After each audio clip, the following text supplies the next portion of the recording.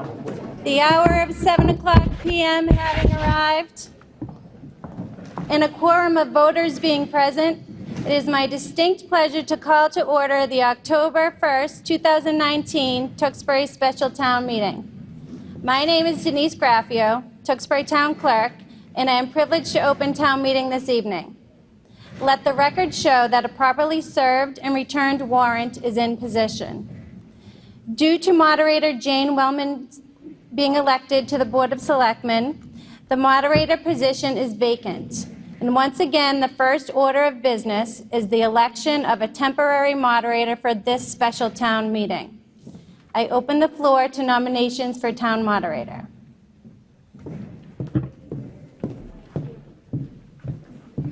You can't hear me?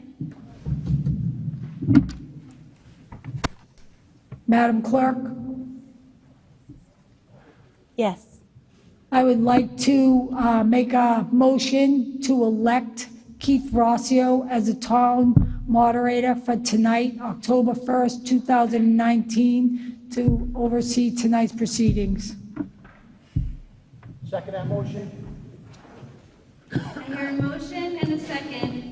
Hearing no other nominations, Keith Rossio has been elected as temporary moderator for tonight's town. Oh, actually, all in favor, say aye. All opposed, say no. The motion is adopted. Keith Rossio, elected temporary moderator. Congratulations, Mr. Rossio. Please kindly.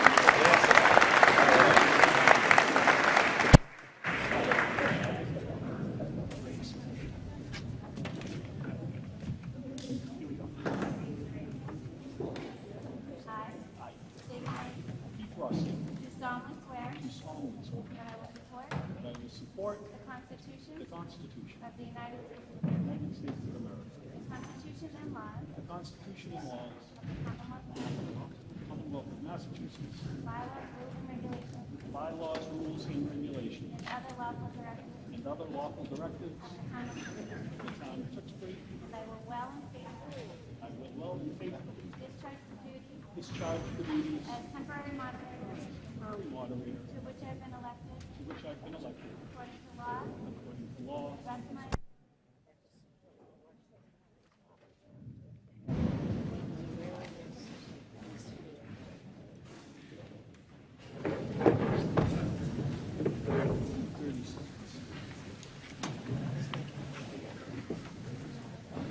Seen me struggle last year. I had a chair, first time ever.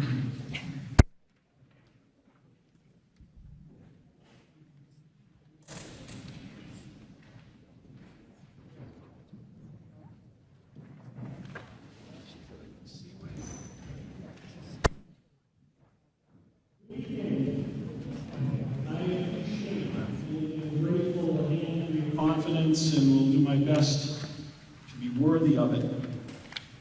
Welcome to all of you who've come to participate in the government of our town. If I could ask Scott Wilson, our newest member of the school committee, to lead us in the Pledge of Allegiance.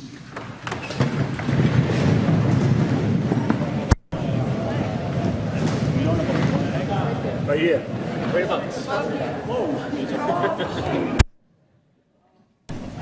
I pledge allegiance to the flag of the United States of America and to the republic for which it stands, one nation, under God, indivisible, with liberty and justice for all. Thanks.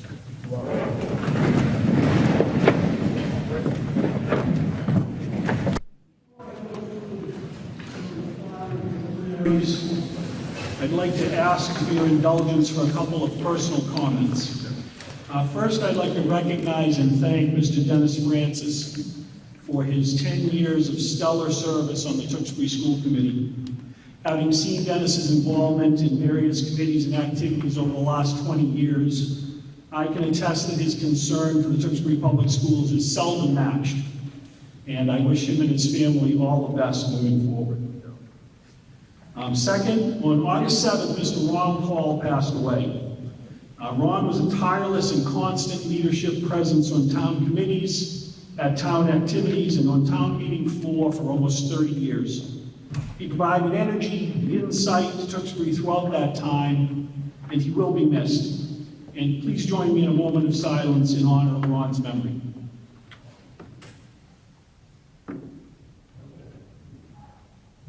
Thank you. Tonight, voters are wearing orange ribbons. Please display those ribbons prominently so our counters and I can see them. Visitors are wearing red ribbons and are sitting, when they're here, to the section to my right. Press table is to my left, and they're where they're supposed to be, so that's good. Emergency exits are located at the back corners of the gymnasium to my left and right, and to both the left and right after you leave the gym.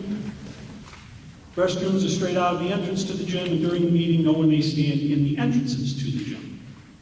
Officials and article sponsors who are addressing the voters may use the podium on the floor. Voters speaking on an issue may use the microphone in the middle aisle at the front of the seating area.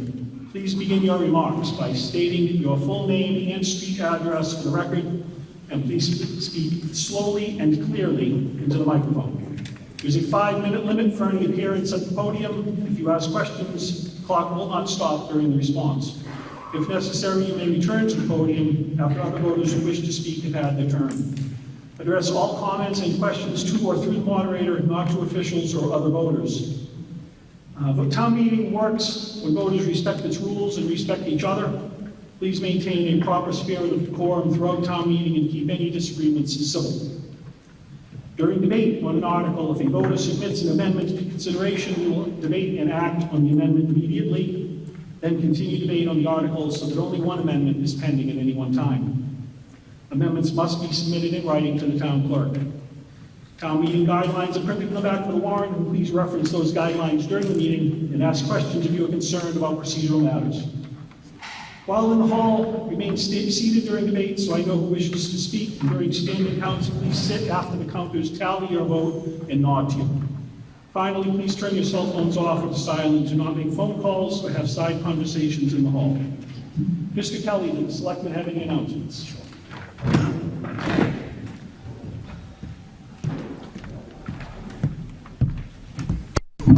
All right, this one's short and sweet. This Saturday, that's October 5th, I believe, right? Saturday, October 5th at 8:30, we're doing a town cleanup. Last year, we had about 100+ volunteers, so it's supposed to be a nice day for Saturday. Come on down to Town Center at 8:30 and register, and we'll find a spot somewhere across our 21 square miles. So with that being said, that's my only announcement. Say, let's roll up our sleeves, let's be respectful. We have some big ticket items to talk about tonight, so let the games begin. Thank you, Mr. Kelly. Mr. Robert Kosmersky, the chairman of the Finance Committee, will make the first motion on every article unless the Finance Committee is deferring to another board. The sponsor of each article or their designated representative will be the first person recognized to speak on it. Mr. Kosmersky, you have a motion concerning waiving the reading of the articles.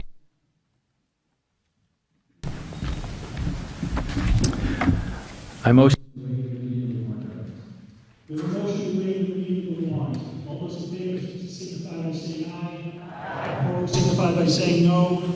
We'll waive the reading of the articles. Mr. Kosmersky, may I now have a motion to allow non-resident elected officials, committee members, and town employees to speak on issues to be recognized by the moderator.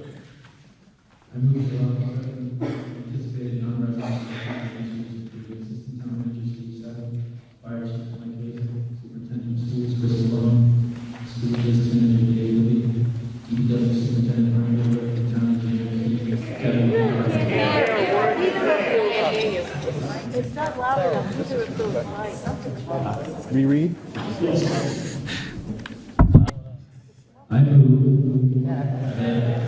move to allow certain anticipated non-residents to speak on issues including assistant town manager Steve Settle, fire chief Mike Basil, Superintendent of Schools Chris Malone, School Business Manager Dave Libby, DPW Superintendent Brian Gilbert, and Town Engineer Kevin Hartman. Thank you. On that motion, all those in favor signify by saying aye. Aye. All those opposed signify by saying no. That motion is carried. Article 1, Mr. Kosmersky. The Finance Committee moves to adopt Article 1, raise and appropriate $4,825,827.36 for the purpose of the article. Is there any discussion on Article 1? Seeing none, all those in favor of Article 1, please signify by saying aye. Aye. Opposed, signify by saying no. Article 1 is adopted. Article 2, Mr. Lewis. The Finance Committee moves to adopt Article 2, raise and appropriate $971.80 for the purpose of the article. Is there any discussion on Article 2?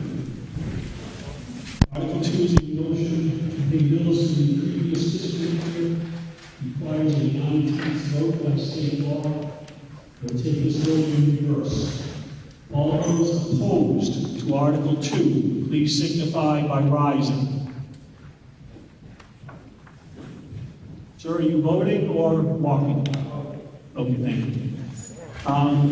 All those in favor of Article 2, please signify by rising. Article 2 is adopted in the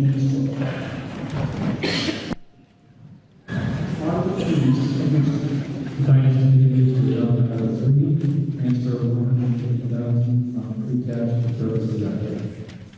Thank you. Is there any discussion on Article 3?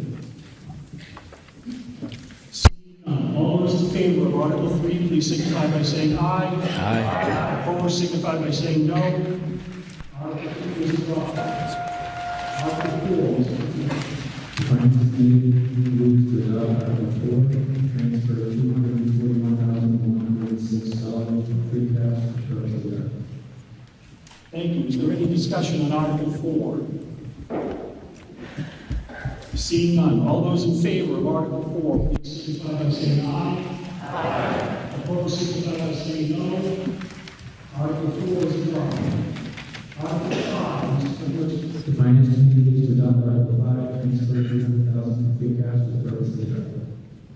Thank you. Is there any discussion on Article 5? Seeing none, all those in favor of Article 5, please signify by saying aye. Aye. Opposed, signify by saying no. Article 5 is adopted. Article 6. The Finance Committee moves to adopt Article 6. Is there any discussion? Mr.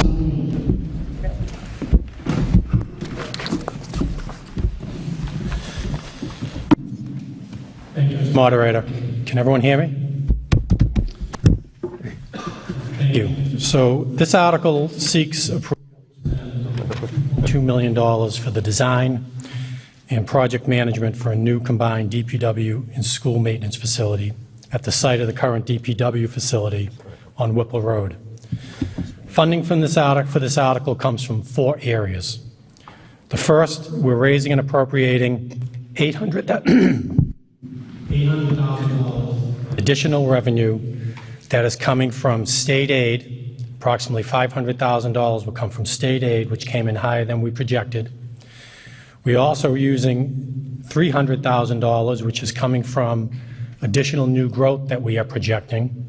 And new growth is additional tax revenue generated by new construction, renovations, or other increases in property tax base during the calendar year.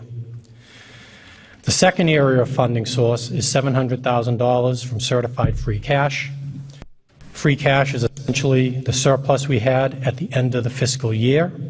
It was due to revenues being higher than we projected and unspent budgets being turned back. There's a breakdown of what made up free cash on page 14 of your handout. Since this facility will be used for water and sewer operations, we're also using $350,000 from water retained earnings, $50,000 from sewer retained earnings. The retained earnings are similar to free cash. They're essentially the surplus of enterprise funds at the end of the fiscal year. The revenue was higher than projected in unspent budgets for the water and sewer operations. Again, there's a breakdown of what made up the enterprise fund retained earnings on page 15 of your handout. If this article passes, the plan is to hire a project manager over the next 2 months and then hire a design firm sometime in the December-January timeframe to undertake the design of a new combined DPW and school maintenance facility. The design is expected to take 4 to 6 months. Our goal would be ready to come back at special town meeting in October of 2020 with the project to present to town meeting. The overall project entails replacing the current DPW facility with a new 48,000 square foot facility to house the DPW and school maintenance. It is clear that the DPW facility is in need of replacement. The school maintenance facility will need to be addressed since the current school maintenance facility will be demolished and displaced when the new elementary school is built. As stated in the handout, the current DPW facility is not code compliant, it lacks sufficient space, and is insufficient and unsafe.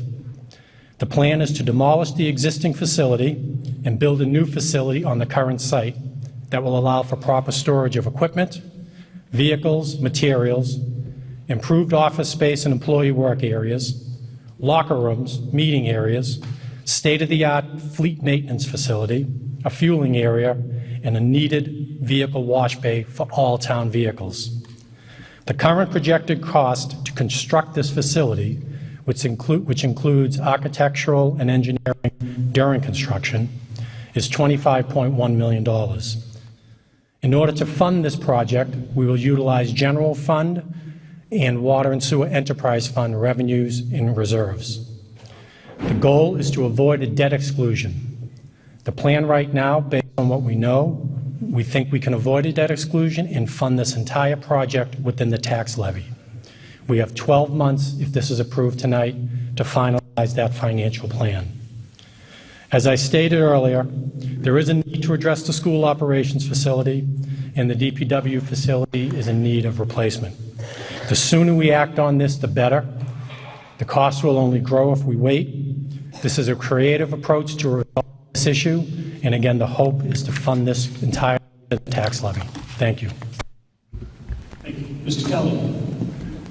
Thank you, Mr. Moderator. Jay Kelly, 22 Karen Lee Lane. Mr. Moderator, I don't want to talk about the article. I want to talk about the sound system. You and the town manager were understandable with some effort. The chairman of the Finance Committee was totally not understandable. There's something really wrong with the sound system. I don't know what it is, but it really ought to be fixed. It may not be fixable tonight, but... Yep, can we test it? Test. Okay. You can't understand. Okay, Thank try you. that one, Mr. Kelly. Which one, this one? That one right there. This one? Yeah, you just got to get into it. Okay. Can people hear me now?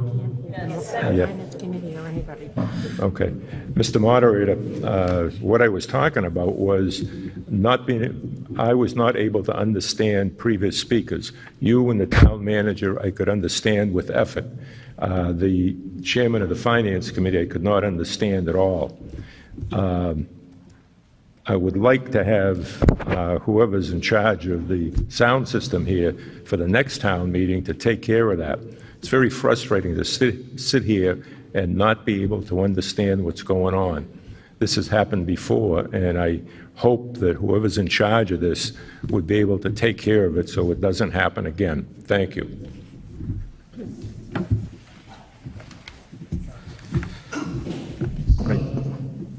Jay Kelly, 79 Salem Road. You can't make that up. I always say the Jay Kelly in Tewksbury. They're going to make statues of that gentleman in the near future. So I wish we got to get a picture, Jay. That's something. I'm going to talk as a resident. This is pretty tough for me. I am the chairman of the board. However, in no way, shape, or form am I representing my selectman hat. I'm taking that and throwing it to the side. I want to get the discussion going, Mr. Montori, as far as Article 6. So it says $2.2 million, raise and appropriate $800,000, transfer $700,000, and we have free cash from the water enterprise funds. So I'm going to talk about this article in particular, and I'm sure I'm going to get up and talk about other articles that are dealing with these monies that are coming at us. So as far as this goes, Mr. Montori, I'm a realist, and I want to get one thing straight for the record. I believe in Mr. Montori. he's transparent, he's honest, he gives us all the data, as the Finance Committee stated as well. However, I didn't say but, I said however, we haven't put a shovel in the elementary school. We have not put a shovel in the dirt for the fire station. So we have debt coming.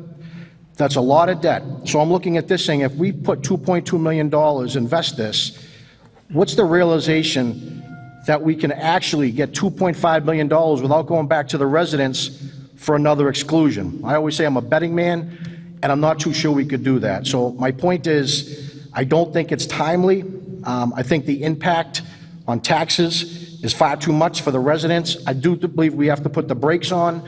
I'm going to use that a very common theme on a couple of these articles. I just think potentially we can use the monies elsewhere. We're going to talk about a lot of things coming up. So one of my questions, if this doesn't pass, and I want to be careful, but that's just my only little my opinion, what would happen to the $800,000, Mr. Montori? Town manager. If this article doesn't pass, then I would recommend to town meeting to raise and appropriate the $800,000 as well as the $700,000 being transferred from free cash and place it in the stabilization fund for future use, whether it's towards renovations for the DPW or other projects that we'll be in need of. Okay. That's what I would recommend doing. And final question, just a quick one. I think it's a brilliant idea, long overdue, that we actually combine the two entities under one building, but I think we're putting a cart before the horse, and the fact that I think these departments, the DPW, as well as the school maintenance, we should be combined, put a nice budget together, and then I think we can make heads or tails, have that director, if you would, a department head, come up with kind of the blueprints to say, hey, to help with the design. So I think we're putting a cart before the horse.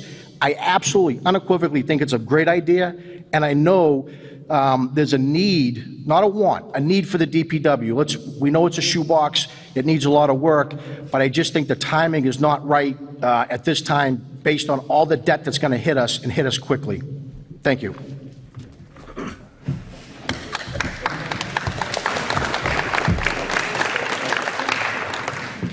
Ann Hagstrom, 125 Livingston Street. I'm going to echo some of Mr. Kelly's comments that I think in the last several years, we've voted to pay hundreds of millions of dollars to rebuild our buildings. And again, we're talking about raising a building that's going to be replaced with another new building, and it seems to be the process here. And I understand that it's come up in previous meetings that we need to do better at maintaining our buildings. I saw in one of the previous ones that there was some budget allotted to that, which was good to see. Again, one of my concerns is we're throwing lots and lots of debt at the town in a very short period of time. And another thing that I'm not clear about here is if we're raising and building on the same property, where are those offices going to reside and what's going to be paying for that while that new building is going to be built? So those people have to work somewhere. Town manager. So the plan would be to keep the existing facility operating while the new facility is being built. There's sufficient land on the site to do that. We can phase it in so offices can stay where they are until new offices are built. We don't think that will be difficult, so there'll be no additional costs for offices. One other thing I want to state is that we're at a point with the DPW that it's 39 years old. It is beyond just maintenance. It has become a building that is completely inefficient, and I am not saying this to scare anybody, but it is an unsafe building. We have people working in it, especially the mechanics, who are working in unsafe areas. The need for this building truly is now. We would not bring it forward if we didn't think we needed to. It's been let go for years. The DPW building has always been a facility that people push aside and do not want to address. We saw that when we brought this forward for the debt exclusion, and we understand that completely. So we came back to the drawing board for a way to do this facility within the tax levy. We don't want to ask for a debt exclusion. The goal is not to ask for a debt exclusion. We believe we've come up with a creative way to fund this within the tax levy. But this building needs to be done. We cannot wait any longer. It is unsafe. Somebody is going to get hurt. The building is beyond repair. My home is 40-plus years old, and I've managed to maintain it. I'm tired of the excuse of the town, whether it's the town folks' fault or what, of just stating that our buildings are falling into disrepair and are becoming dangerous. It's getting to be a broken record. Thank you.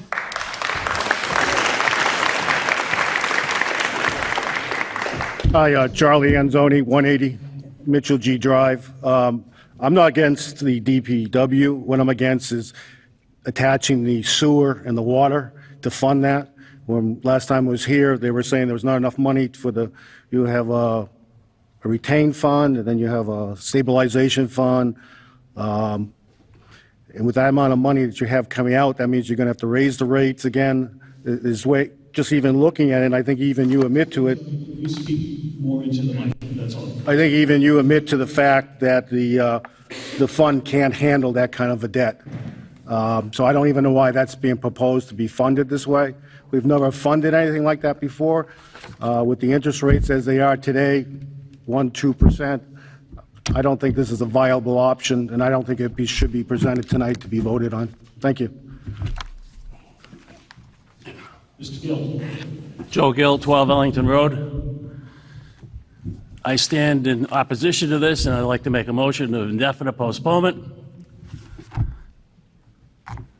It's time to give the taxpayer a break.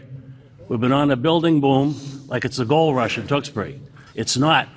It's going to come to a screeching halt very soon, and I'm not saying we don't need the building, but the taxpayers need some relief. That's why I move for indefinite postponement.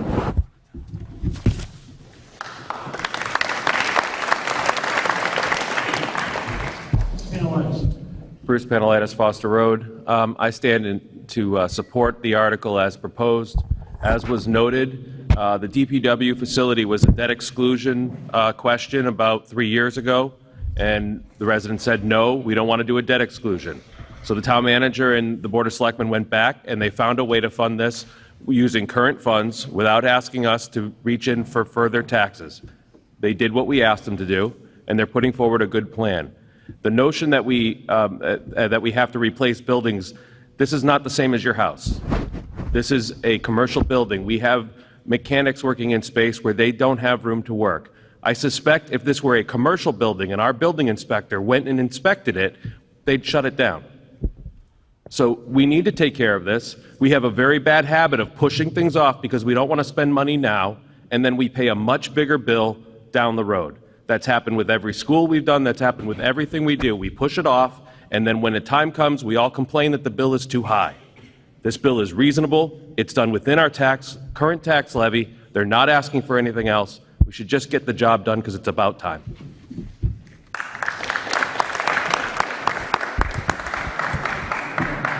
Alexandra Louder, 1001 Whipple Road. Mr. Panelitis kind of took most of what I was going to say, but what I will add is that I will echo that I really agree with his point that putting stuff off now does not make it cost anything less later. And as Mr. Town Manager mentioned at probably the last meeting and the meeting before that, that the longer that we do not house the snow removal and other equipment properly, the more it's going to cost to keep replacing these trucks sooner and sooner every year. So I speak strongly in favor of this article. Thank you.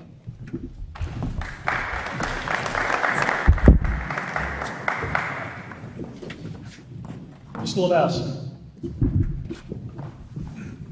I'll take that.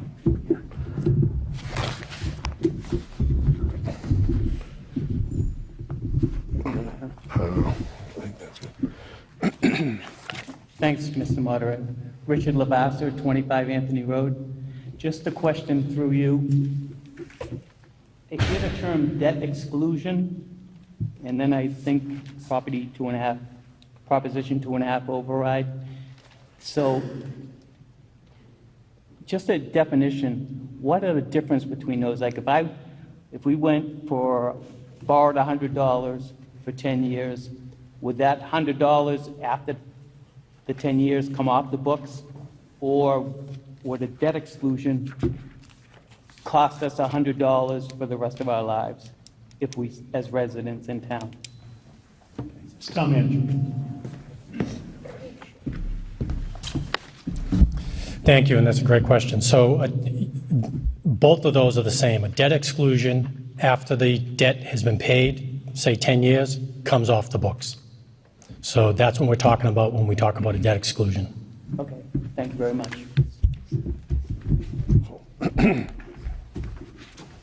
Mr. Dick. Hi, my name is Brian Dick. I'm 31 Bo Peep Lane. I am on the selectmen, and I stand in favor of this article.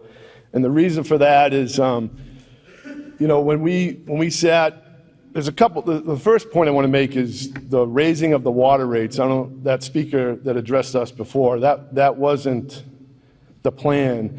And you know, I don't want to, you know, bring up raising the water rates. I think's some bad information. So I guess, Mr. Town Manager, can you just tell us what's in retained earnings for water and sewer, and if the raising of the water rates is even considered?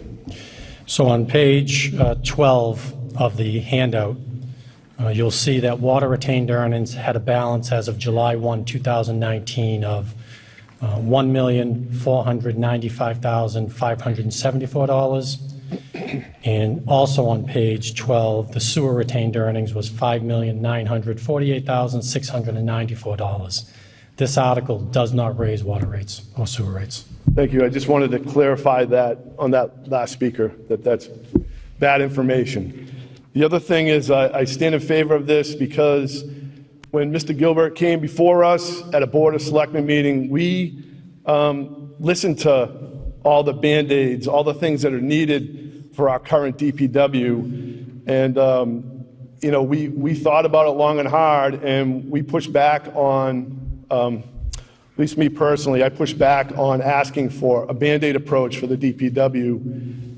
I think the time is now to replace the DPW. I believe that the town manager has proposed a creative solution, which is very difficult.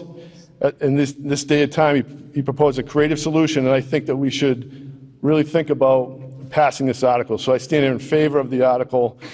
The other piece is, you know, that the Band-Aid approach is just not the way to go. When you're talking about code, handicap accessibility, I think we see the conditions of our roads and all the things that our DPW does great work at, but we as Board of Selectmen, we listen to a lot of issues that come before us about, you know, trucks getting rusted, not washed properly, things like that. So I don't think we should do a Band-Aid approach. I think we should listen to the town manager, think about the creative way to do this, and he is mentioning that he believes he can do it in the general budget. So I just wanted to get up here, talk about the water rate question, and then that I am in favor of this article. Thank you.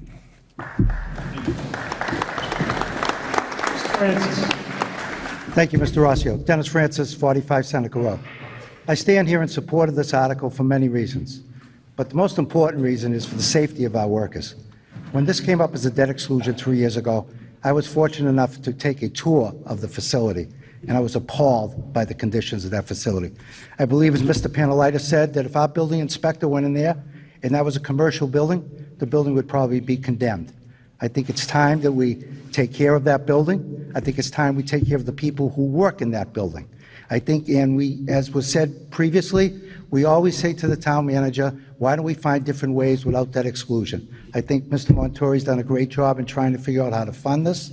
I think the time is now to do this. It's only going to cost us more in the future. And again, I worry about the safety of all of our employees who work there, of the potential bad things that could happen. That being said, I want to move the question. Thank you.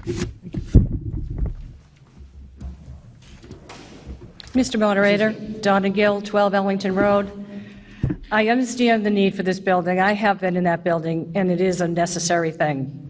However, I'm focusing on the end of this paragraph. There's so many ifs in this paragraph. The 25.1, it's not based on any design or review at this time. It's a cost estimate that's going to likely change. And the future construction costs, we just don't know what they're going to be. My biggest problem is the comment about bringing it back next October for the Part 2 annual town meeting, if you would. That's what it seems to be now. And you're going to be asking us to vote another $25 million.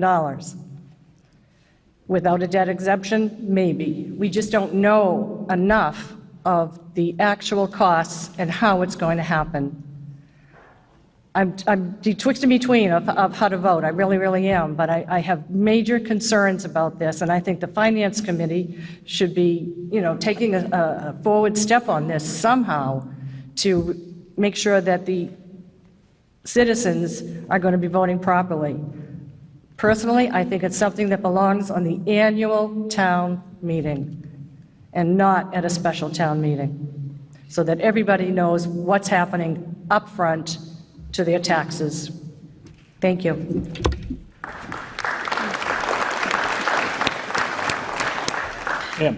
Hi, Phyllis Giblin, 11 Monroe Circle. And I just had a quick question, because after discussion, I'm still... Lower the microphone down. Yeah, there you go. Is that better now? Yes. Okay. Just the question, I just have a question that I still can't answer. All these numbers that are coming from different places, the 800,000, the 700,000, 350, are those supposedly all taken into account, included in that 25.1 million original estimate? Town manager.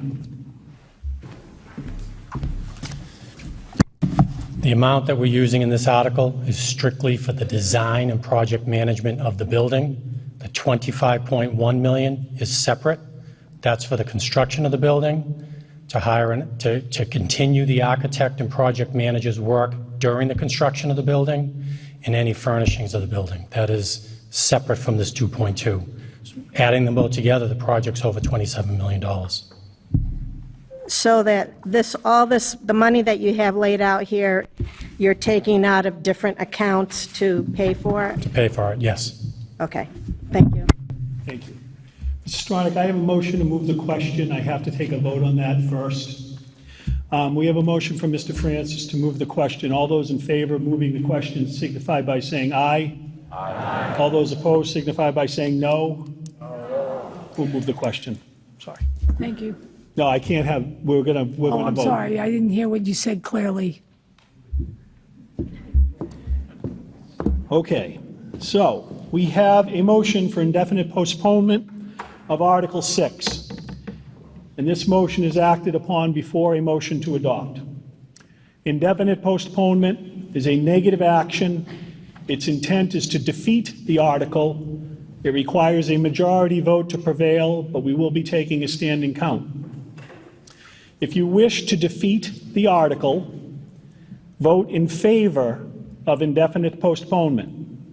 If you wish to vote on the adoption of the article, vote in opposition to indefinite postponement. All those in favor of indefinite postponement of Article 6, please signify by rising. Counters, please count.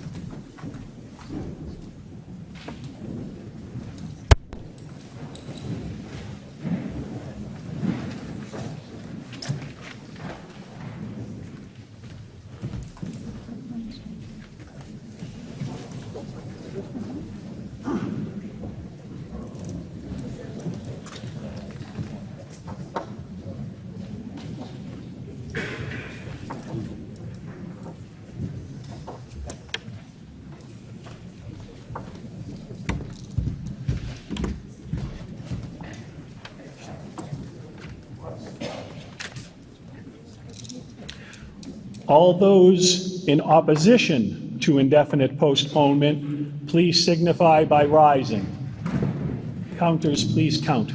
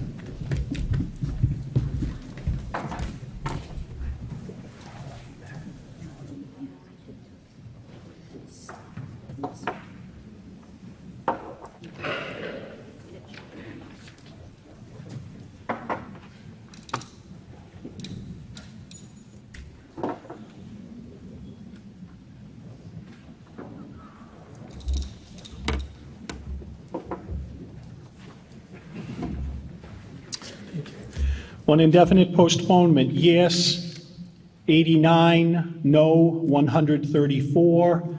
Indefinite postponement does not prevail. We will now vote on the adoption of Article 6. All those in favor of Article 6, please signify by rising. Now you're voting in favor of the article. Counters, please count.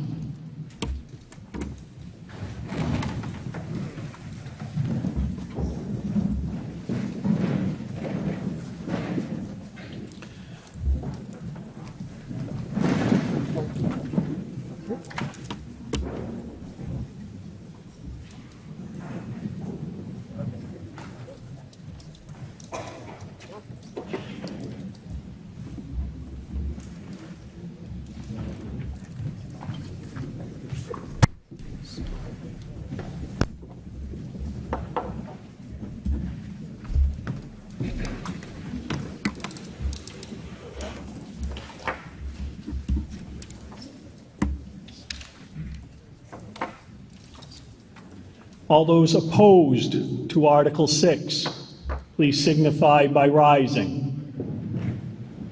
Counters, please count.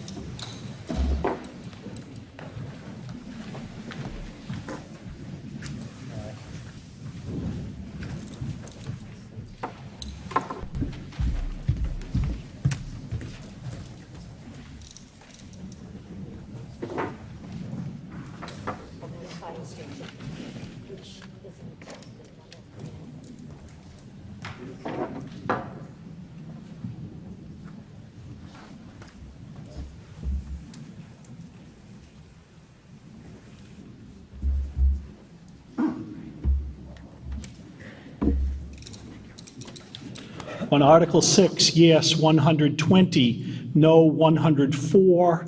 Article 6 is adopted.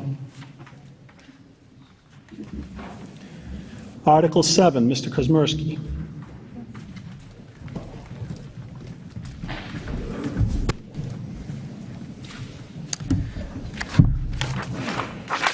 Article 7, the Finance Committee moves to adopt Article 7.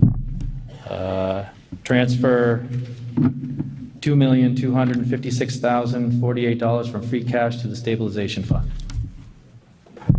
Is there any discussion on Article 7?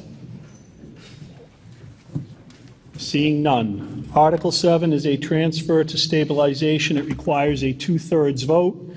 I will take this vote in reverse. All those opposed to Article 7, please signify by rising. I see 0 voters rising. All those in favor of Article 7, please signify by rising. Article 7 is adopted, unanimous vote. Article 8, Mr. Kozmersky. The Finance Committee moves to adopt Article 8. Appropriate $2.5 million for the purpose of the article. Thank you.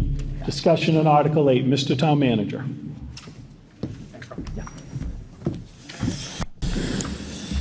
Thank you, Mr. Moderator.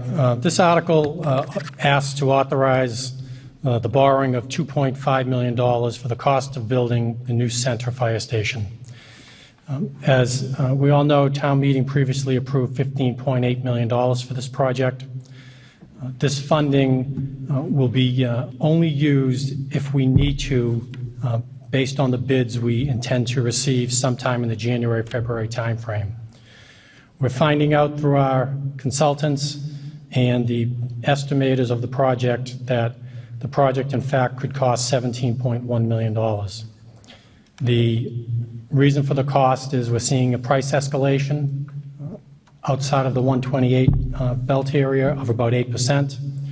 We are also seeing price escalations due to tariffs, and there's just a concern that we may need additional funding for this project.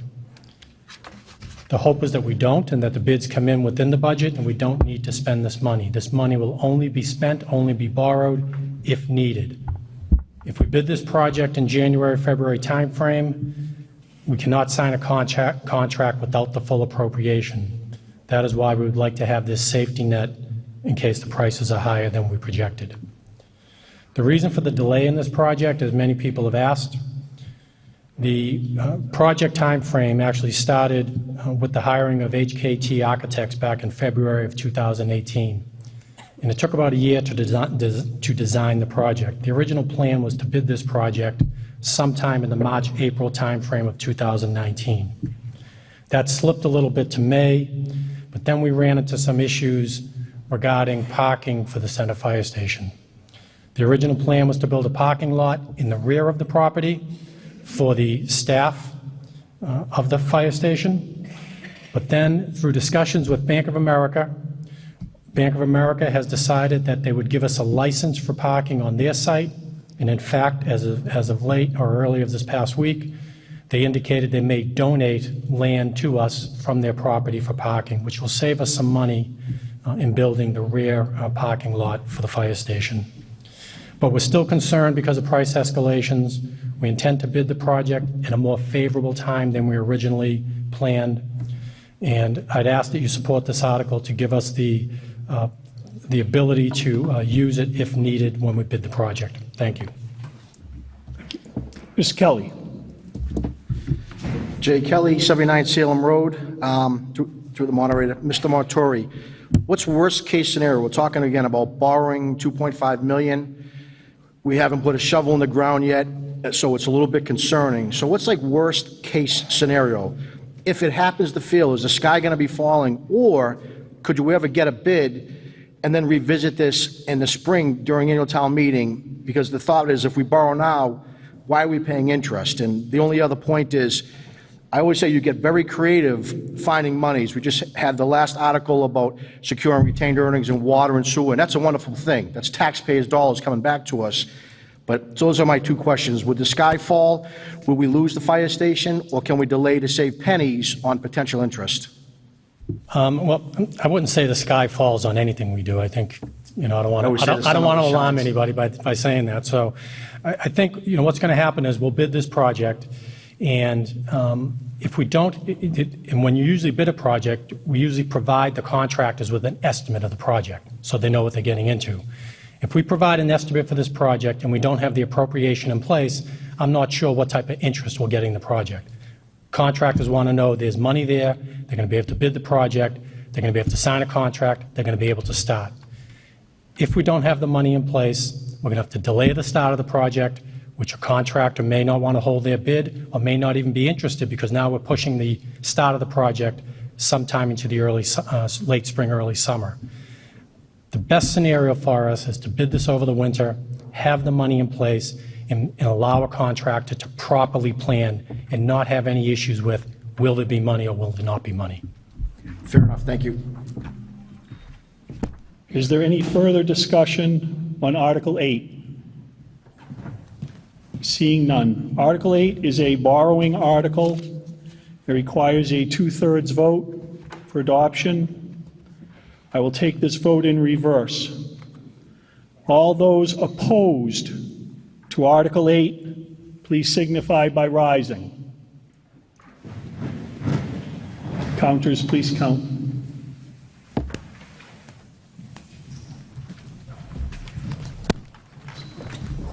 Ayes, not good enough.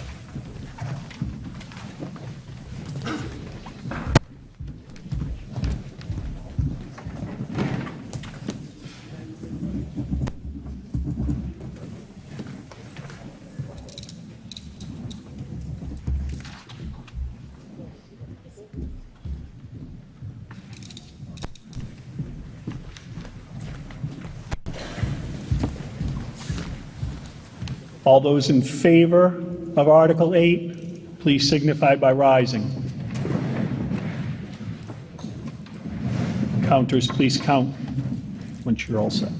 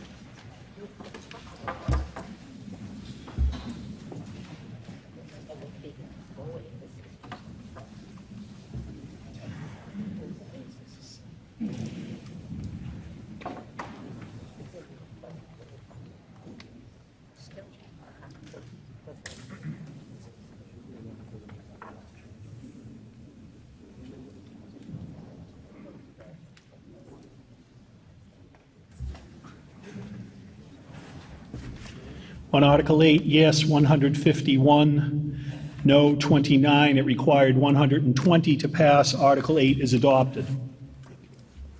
Article 9, Mr. Kuzmersky.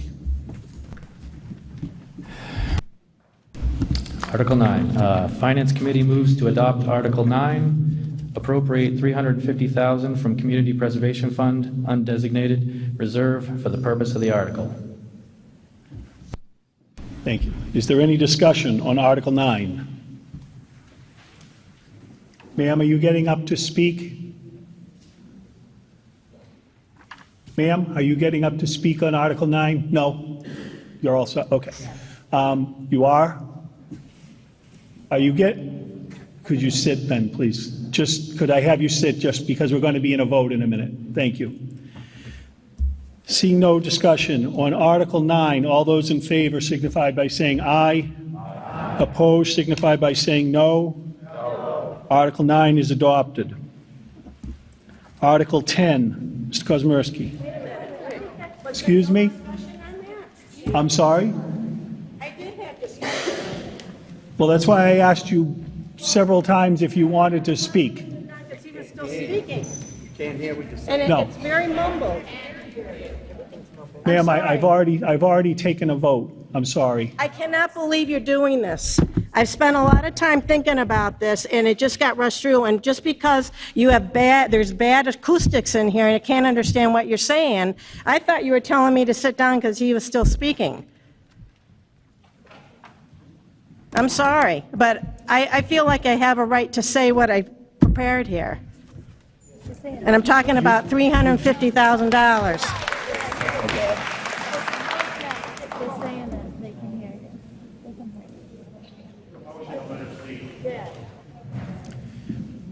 Yeah, but let's see. I need 2 minutes. We'll recess, please. Do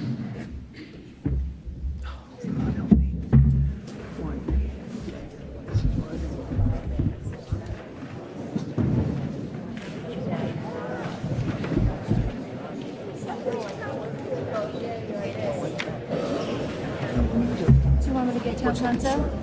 I've already taken a vote. Do you want me to get town I've council? already adopted it.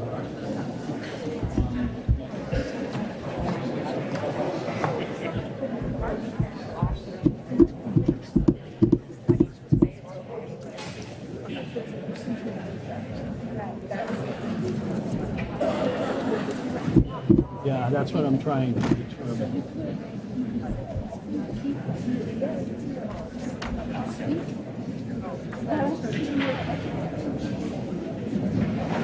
She didn't understand. I can go. No, I'm good.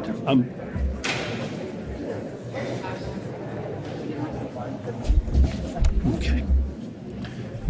Tell me when 2 minutes is up.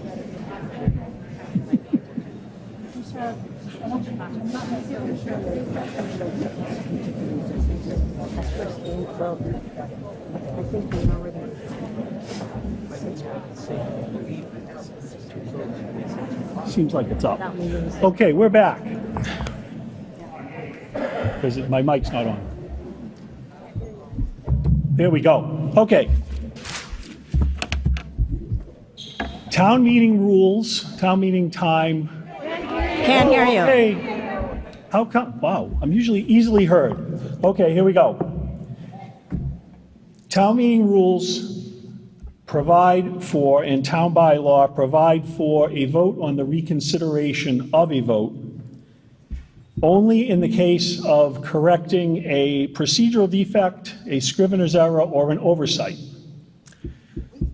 Now, what I'm going to say is that in this case, because I was not able to be heard by the voter, that we had an oversight. Would someone like to make a motion to reconsider the vote? I need you to do it at the podium and state your name for the record. And The motion to reconsider would require a majority vote to pass. Ma'am. Ann Hagstrom, 125 Livingston, I'd like to make a motion for Reconsider? reconsideration. Thank you. Is there any discussion on the motion to reconsider? Seeing none. All those in favor of reconsideration, please signify by saying aye. Aye. Opposed, signify by saying no. No. We will reconsider the vote. Ma'am, you may speak. Can I also ask that the vote be counted because the verbal vote sounded very similar to me? Sit down. Did you hear me? Did you hear me? Yes, I did. Well, Okay. we will have a standing count on this motion when discussion is over. Discussion is now open for the voters. Ma'am, Okay.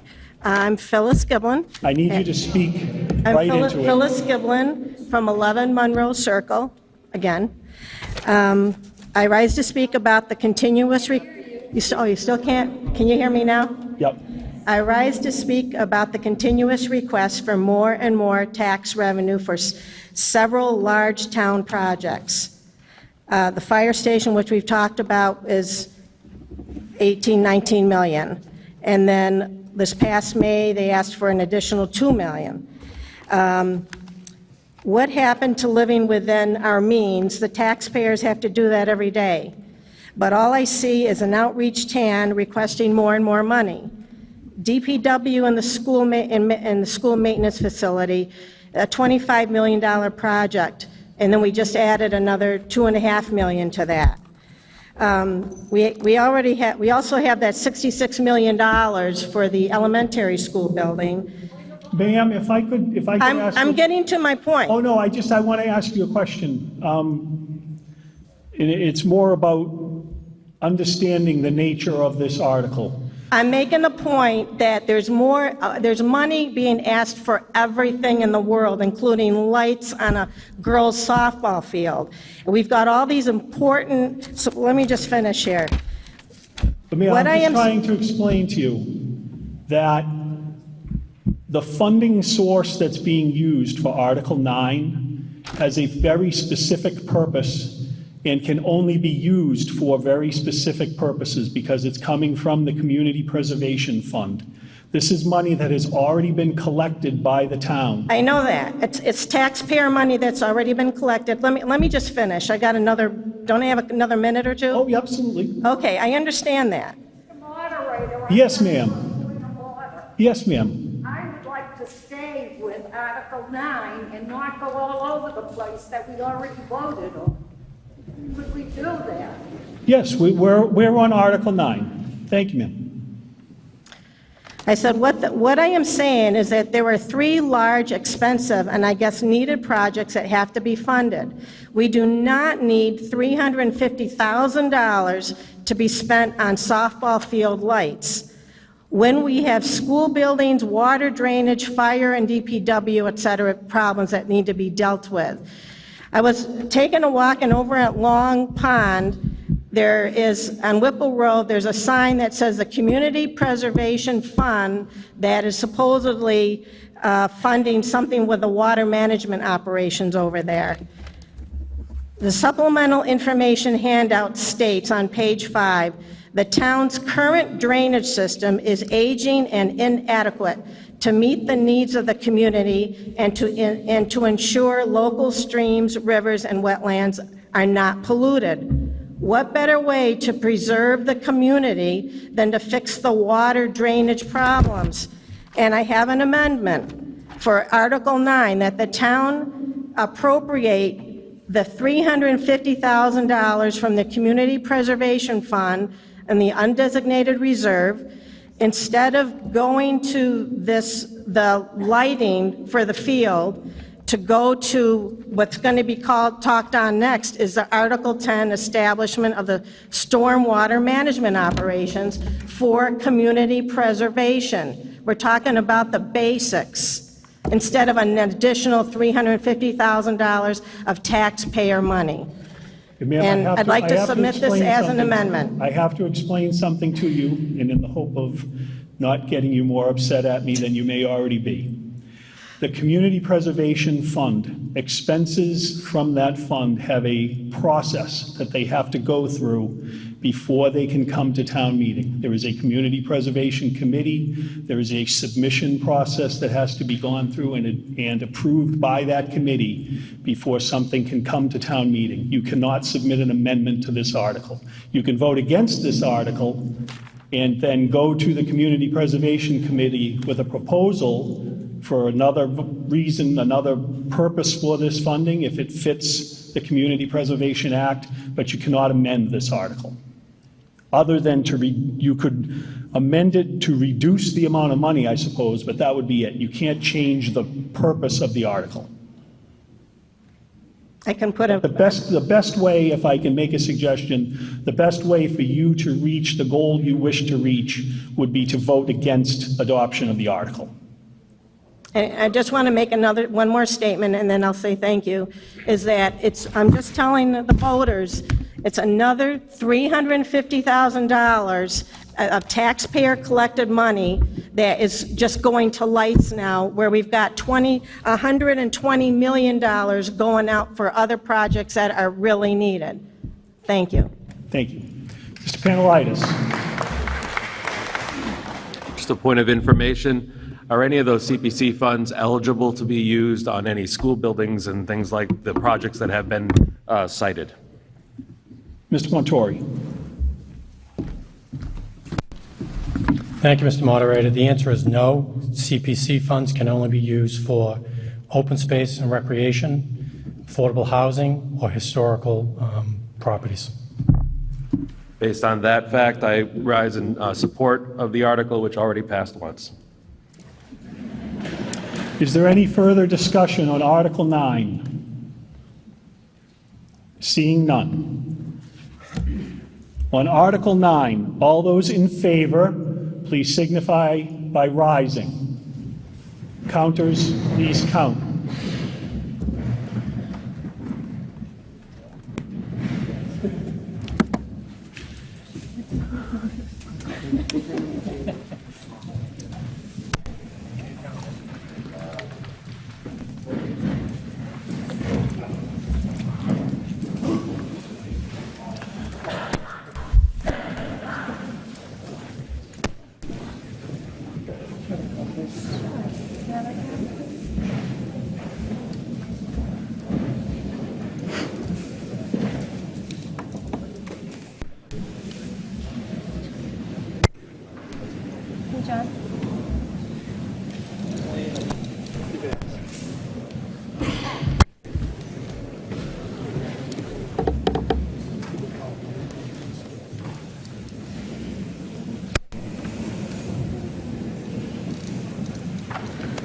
All those opposed to Article 9, please signify by rising.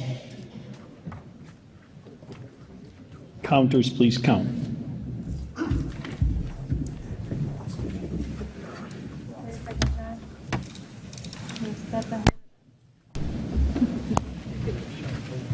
did. I wanted you to relax and take it slow tonight. Don't say I never did anything nice.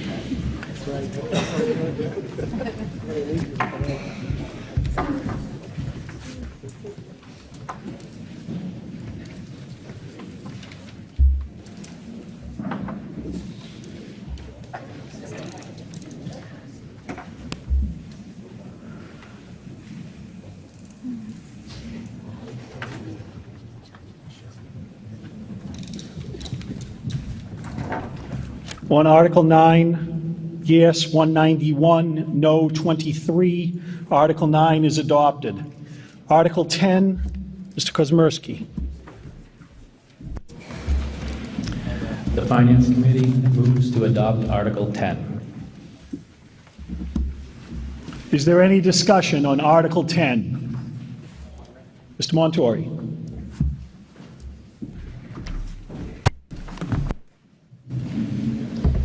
Thank you, Mr. Moderator. The article that you have before you creates an enterprise fund specific for stormwater management. Stormwater management is made up of stormwater operations, infrastructure maintenance, regulatory compliance, and capital improvements. On pages 5 and 7 through 7 in the handout, there's a detailed explanation of the article being presented tonight. When we talk about stormwater, we're referring to runoff of water from rain or melting snow that runs off roads, parking lots, sidewalks, lawns, and paved areas. Runoff usually flows untreated into the nearest storm drains, which lead to water bodies such as drinking water, swimming, and fishing.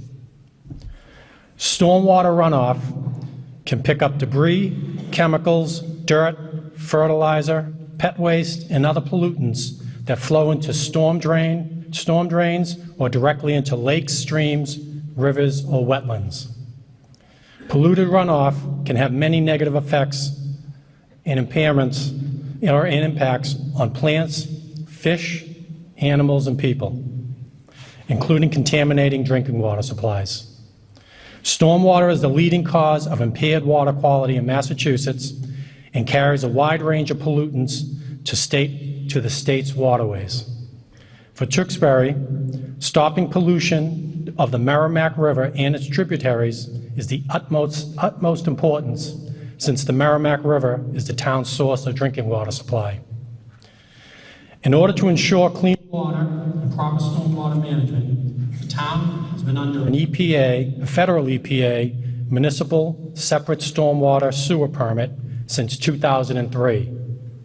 In 2003, the permit had 23 requirements for the town to comply, and we complied with that.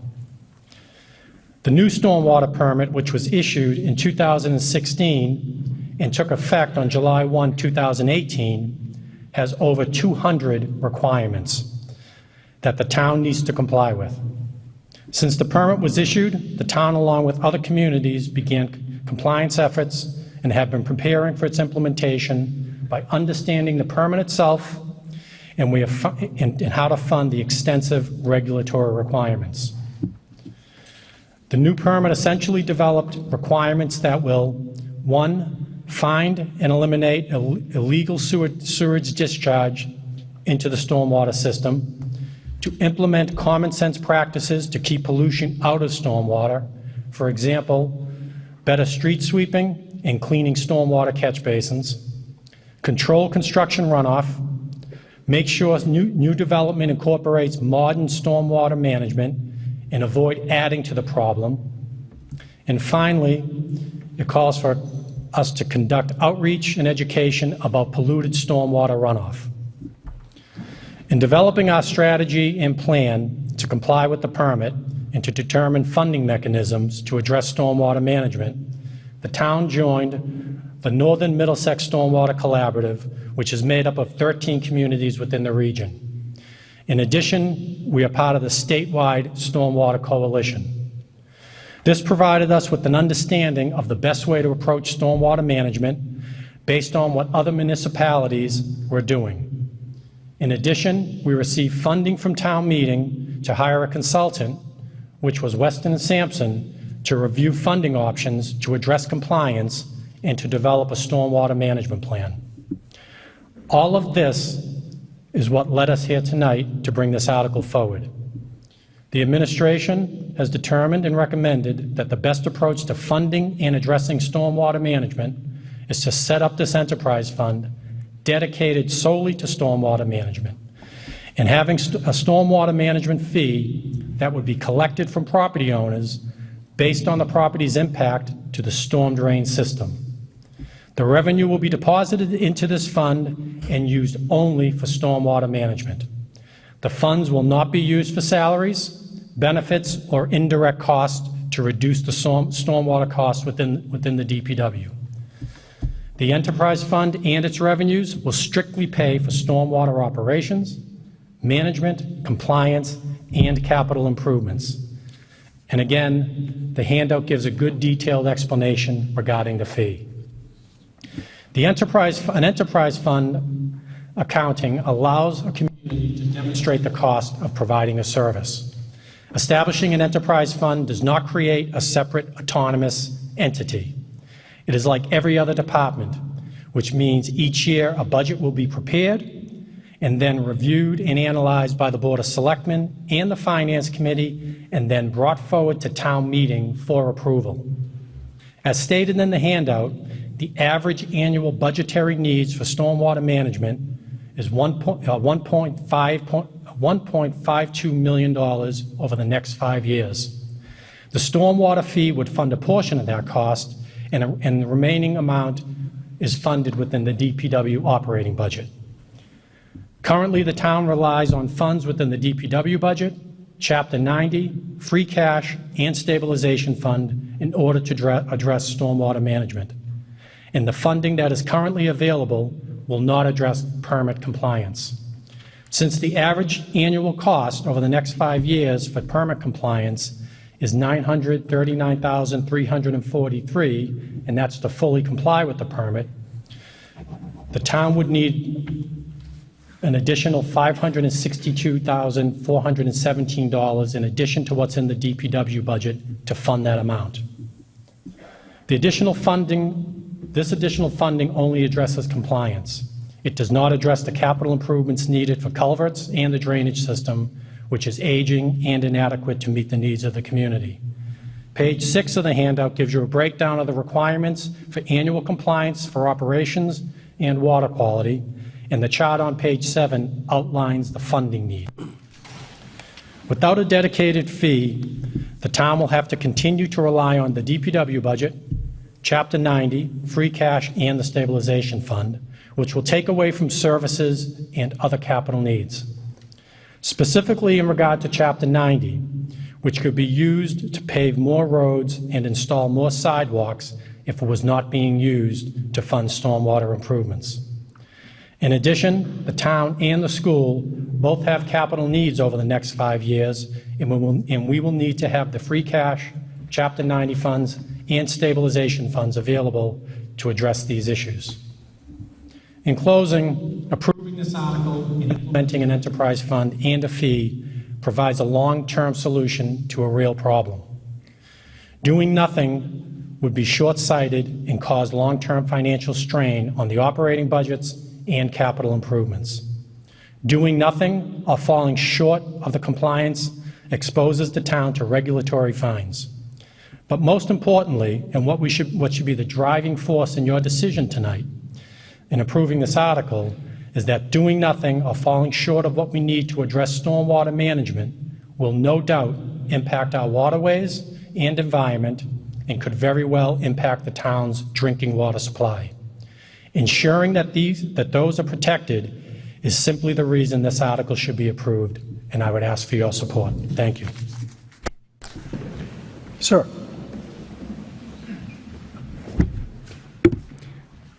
Good evening. My name is David Chu. I live at 338 North Billerica Road. I have a two-part question regarding not the tax, but the fee. Similar to the water and sewer enterprise funds, is the fee schedule for, in this article, expected to be able to be changed? The value of the fee expected to be changed over time? And if so, what is the approval process? Is it a town meeting to adjust the fee, or is it within internal to the municipal government? Mr. Montori. So the fee and the decision on what that fee will be made by the Board of Selectmen, and they can decide annually if they want to change that. The range of the fee that we presented within the explanation of the article, it's a flat fee of $30 per year at the minimum range and $75 per year at the maximum range that we would need. $75 annually, if approved or adopted by the selectmen in the future, would fully fund compliance and capital needs for the stormwater management. The selectmen could increase that down the road, but it's a flat fee. It's not as if it was the sewer and water, which is based on consumption and use. This is a flat fee to the residents, and the commercial and larger residential would be based on the impervious cover of their land. That answers my two questions. Thank you. So my comment is that although I understand the reasonableness of an enterprise fund, I guess I'm a little bit frustrated in that we have a unelected federal bureaucracy that has been around for, as of this December, 49 years, that continues to find ways to be in business by generating rules and regulations which then get passed down to the states and finally to the municipalities and finally to us. So I feel kind of like this dry sponge and that's being squeezed, and I can't give any more. I want some way to push back up that we just can't continue to pay for these regulations. I understand we all want clean water, clean air, that's what the EPA does. But at some point, I want to understand, when does it end? I can't give any more. Thank you for your consideration. Sir. Dick Grant, 41 Evergreen Road. Can you hear me? Down. Dick Grant, Evergreen Road. This is another tax forced down our throats by a group that has no idea what they're doing. And we can't afford any more of it. Can you go right into the microphone, sir? This is a tax, no matter what you say about it, and the selectmen are going to vote on it every year to raise it. If we kept that $700,000 we just voted on another article from the sewer and water, we could pay for this. The money's already there. You can't keep coming back to us. That's all I have to say. Thanks. Mr. Anzoni. Charlie Anzoni, 180 Mitchell G. Drive, Tewksbury. I've done a little research, and this is a behemoth that's coming towards this town. What we're dealing with tonight, I think those numbers are on the short side. Most of the towns have increased their fees 3-4 times within the first couple of years. And this is not even including what you have, the 3,300 basins, you have street cleaning, this and that. That's not even included on this. I'm against enterprise funds, reason being because of the water and sewer fund. That was sold to us as it would take care of itself and everything, and now and our fees are extremely high. The same thing there. I'd rather have it become a revolving fund where the money goes in and they can go into the DPU, into that budget, which I know we can do. But a lot of the towns and everyone, they're pushing back on this mandate. There's a lot of lawsuits. So I see that coming down the road, there are going to be some pullbacks in this, and I don't see why we have to embrace it 100% of the time. I'd rather do some than all. Thank you.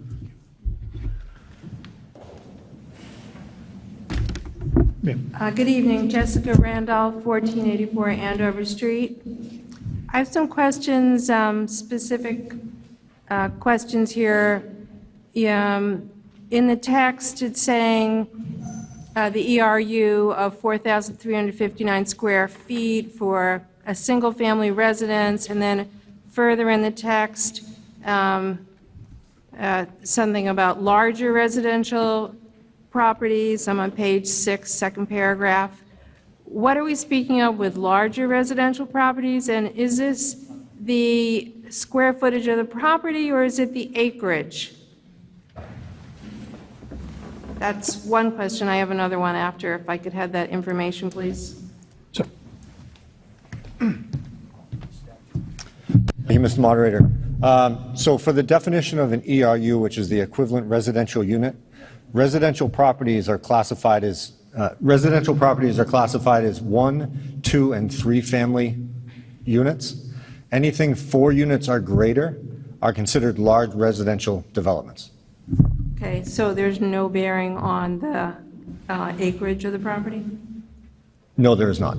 Thank you. My other question is, I find this very interesting and noteworthy project in many, many aspects, but I am a little baffled why it does not come up at regular town meeting. Could you explain the strategy of this policy here? Mr. Town Manager. The reason why we brought it forward at special town meeting was for 2 reasons. One, if we're fortunate enough to have this passed tonight, we'll be able to develop the budget and have it ready for annual town meeting and present it to town meeting.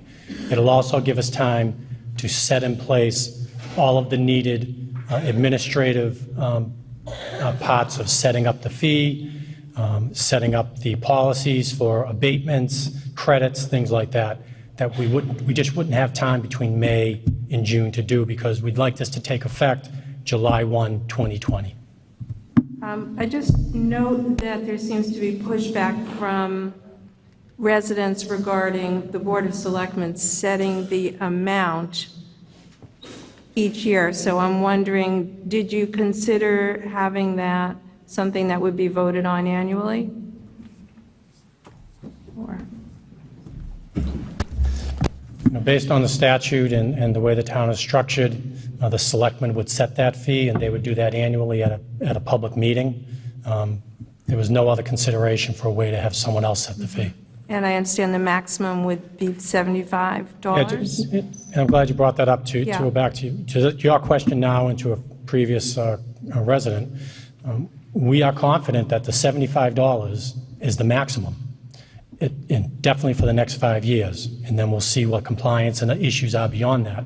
But we believe $75 will take us for quite some time and address full compliance of the permit, but more importantly, address the infrastructure needs that this community not only needs, but residents request of us to do, whether it's poor drainage on their street, flooding on their street, flooding in their driveway. So the $75 is the maximum, and it does get us for a long term. For a long time, and then at some point, is that reevaluated? And how does that work? Well, the selectmen will reevaluate it each year, because they would do that anyways to understand, is 75 too high in some cases? Maybe we receive some grant money, maybe we have money from the previous year. So they'll evaluate it every year anyways. But based on our budget that we have reviewed, based upon the work that the consultants have done, $75 is the number, and it's the maximum number. So it's fair to say that's the cap? That is the cap. Thank you. Mr. Kelly. J. Kelly, 79 Salem Road.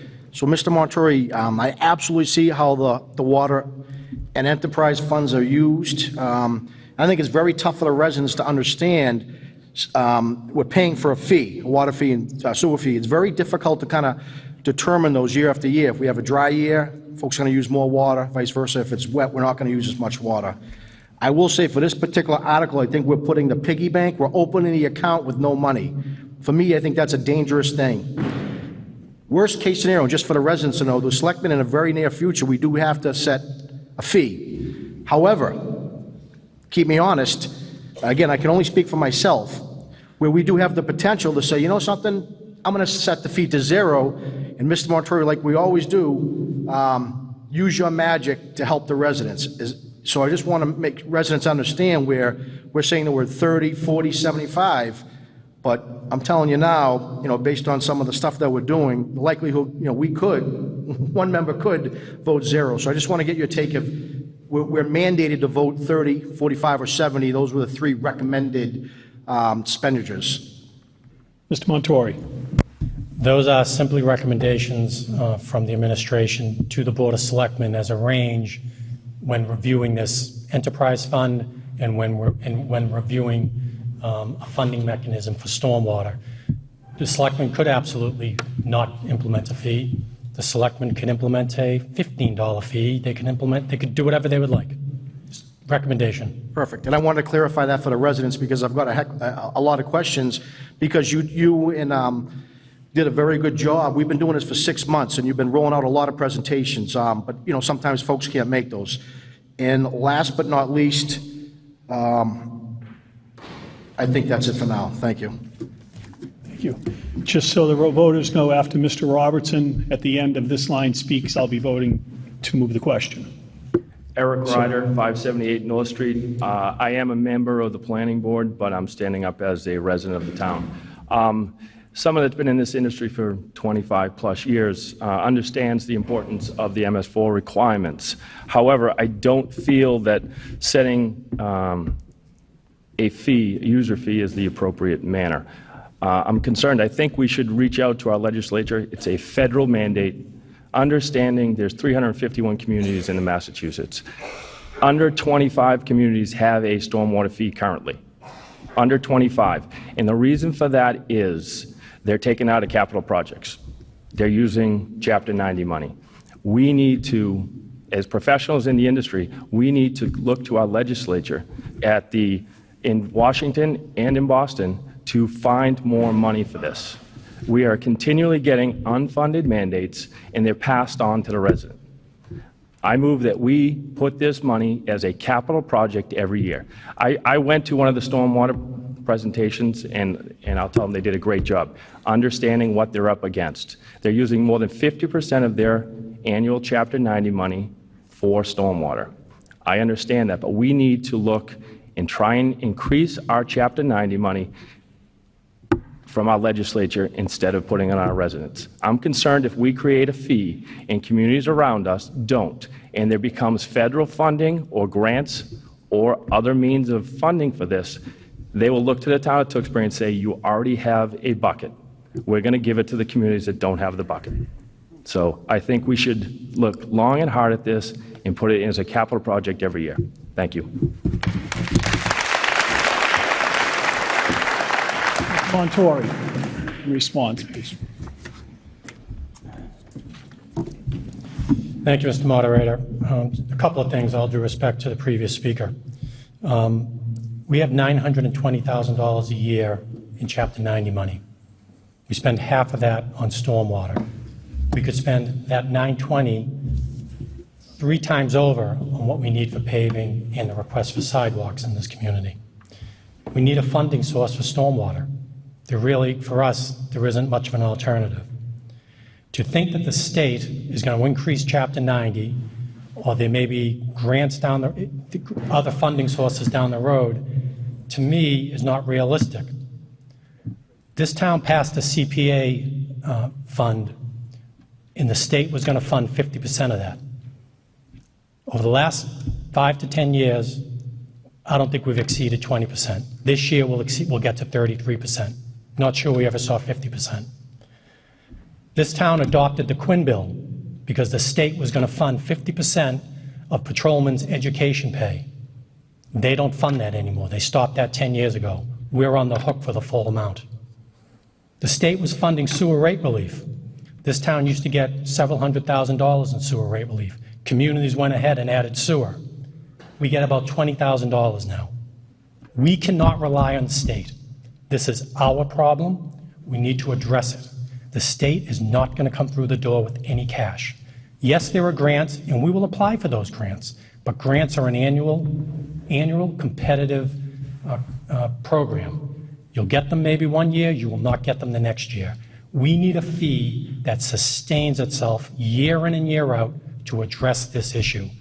Let's not be sold that there was a savior down the road. There just isn't. Thank you. Mr. Strong, before you start, the lady who is at the end of the line, I just want to let you know, ma'am, in the orange shirt, after the gentleman in front of you speaks, we are taking a vote to move the question, which would be a vote to end debate. If that motion fails, I'll be happy to recognize you to speak. I just don't want to make you stand there in case it doesn't. You'll be the first one to speak if it fails. Thank you. Mrs. Stronach. Thank you. My name is Anne Marie Stronach. I live at 14 Pillsbury Ave. I am a member of the Board of Selectmen, and I am rising today as a resident. I have been hearing about our storm water management system for many, many years. I know that most of our residents have become most familiar with it within the last 6 months. But for me, this is something that I have been talking to people about, concerned about, and worried about for some time. I cannot tell you how much I agree with every resident that stood up here and said, we are sick of unfunded mandates. I am sick of unfunded mandates. But the reality is that mandate is here, and we don't have a choice but to deal with it.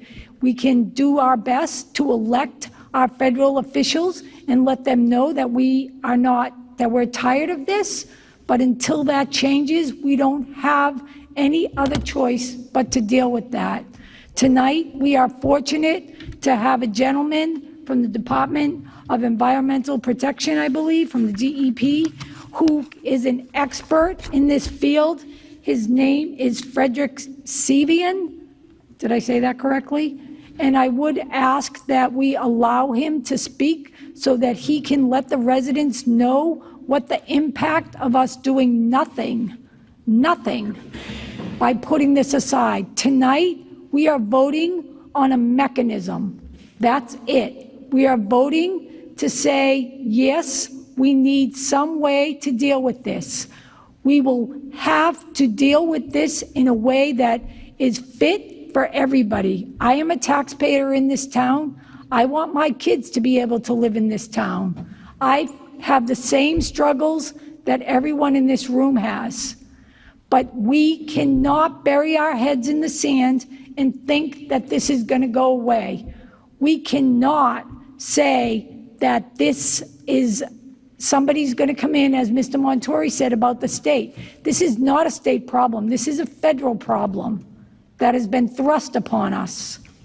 I would like to make a motion that we allow Mr. Savian to speak so that he can talk about what the impact would be.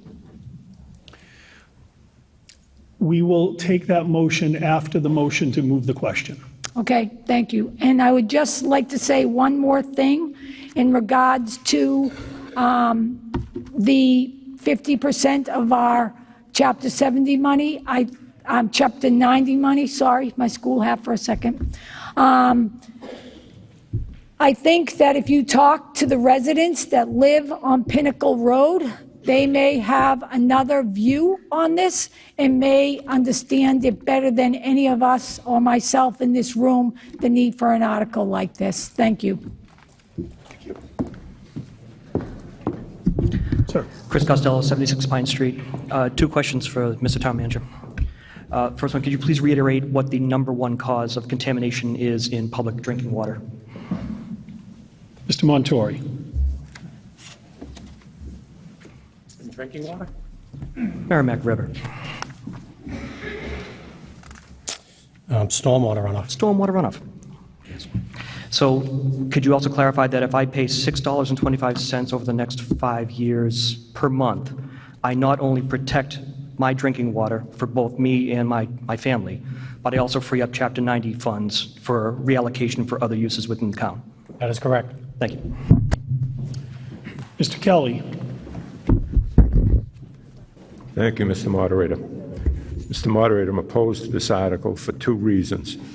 First, because it takes It sets up an enterprise fund where money can be appropriated that's outside of the 2.5 limits. It's subject to abuse of that system. And in fact, in the town budget, before this town manager, under a previous town manager, that actually happened at least once, and I'm pretty sure it happened more than once. So I don't want to have a system where that can happen again. The present town manager is not going to be here forever, and it will be subject to abuse by other people. That's the first reason. The second reason is more short-term. We're facing a pretty bad year. I was told at the Finance Committee hearing last week that the average tax increase for this year is going to be $500 per home. If we postpone this for another year, then we'll take that additional $30 increase, a $45 or $75 increase, and at least eliminate that from the average taxpayer's $500 increase on his tax bill and put it off for one more year. I think that's worth doing. That's about all we can do tonight, but we ought to do it. Thank you. Sir. Ray Lasecki, 111 John Street. The handout lists the fee schedule, but it's not in the article. Pull that microphone down, sir, or speak more directly into it. The handout lists the fee schedule, but it's not in the article itself. There should be a cap in the article itself because the board could change that number in a couple of years without coming back to the town meeting. So I'd like to make an amendment that the cap be $75. May I ask, is the cap in the statute? Mr. Montori. So this is very specific language to adopt a state statute that allows for the enterprise fund to be created. Adding a cap to the fee is not, I don't believe it's allowed, and town council can check on that, but it's because you're adopting a state statute and it's something DOR brings forward, tells us how to do. I don't believe putting a cap on the fee is going to be allowed, but I'd have town council weigh in on that. Town council.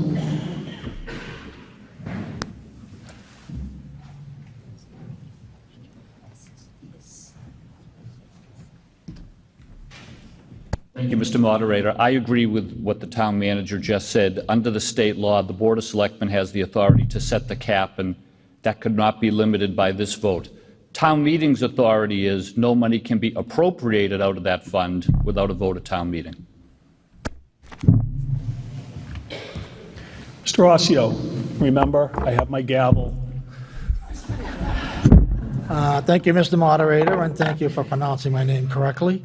I am Bob Rossio, 682 Chandler Street. I rise in support of this article. People are saying, well, we can't afford to do this. Well, we can't afford not to do this.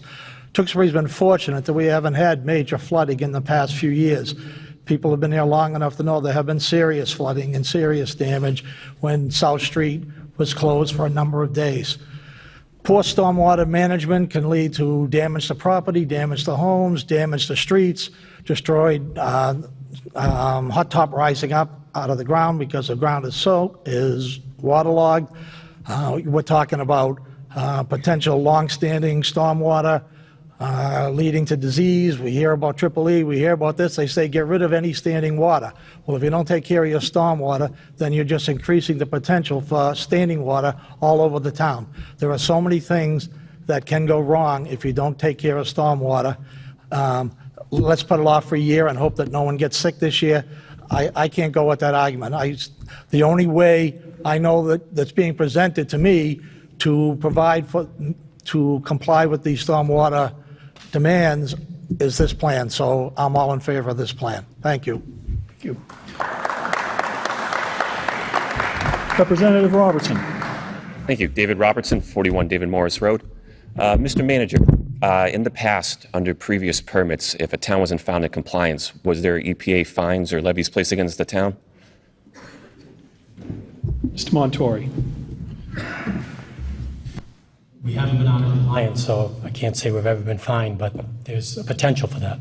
Okay, and so would it not make sense then for us to at least allocate money equivalent to the fine as to not lose the fine from our general budget? It might as well, in my viewpoint, have at least a modest amount within the sewer enterprise fund, because if we're going to be fined, we're going to lose that money. We might as well attempt compliance and put it to work and keep some of that money here than shipping it off or elsewhere. In addition to, I know it was touched upon with state grants. Mr. Sivian has run a very educational program. There's a number of things out there, but I do want the residents to keep in mind, regardless of the way you vote, these are not a revolving yearly thing. They will need to be applied, and it will only become, just like when we applied for reimbursement from the schools, a more cutthroat process as communities move towards compliance. So, thank you very much.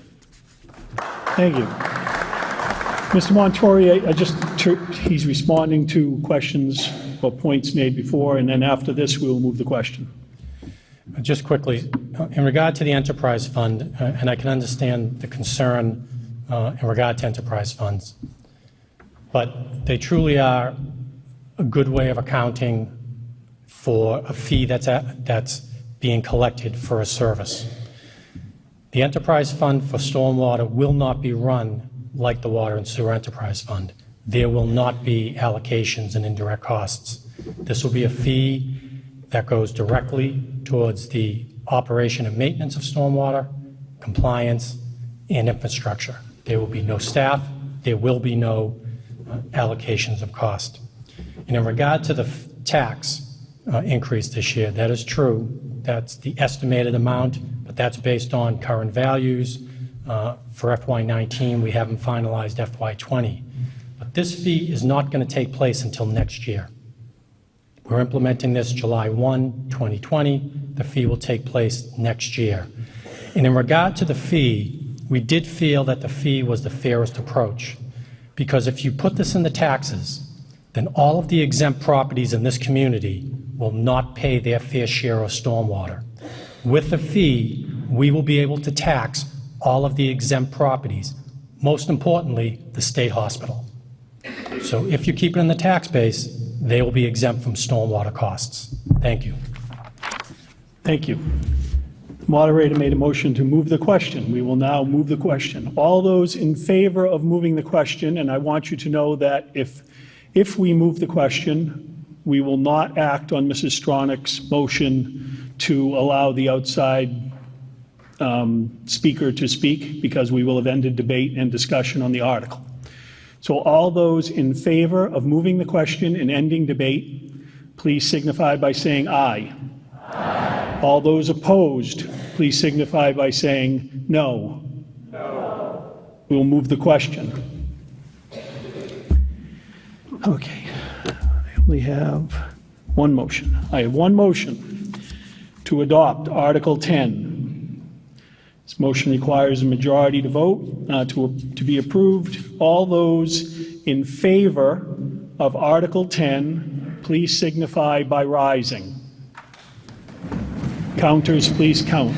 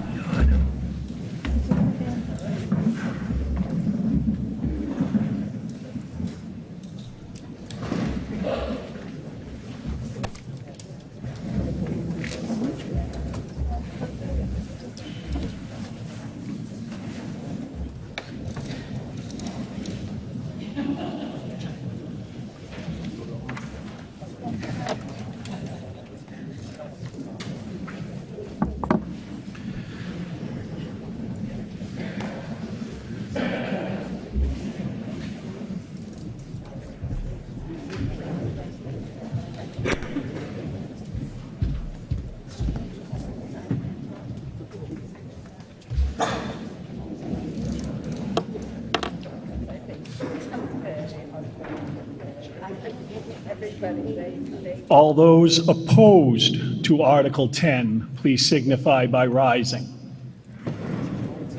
Counters, please count.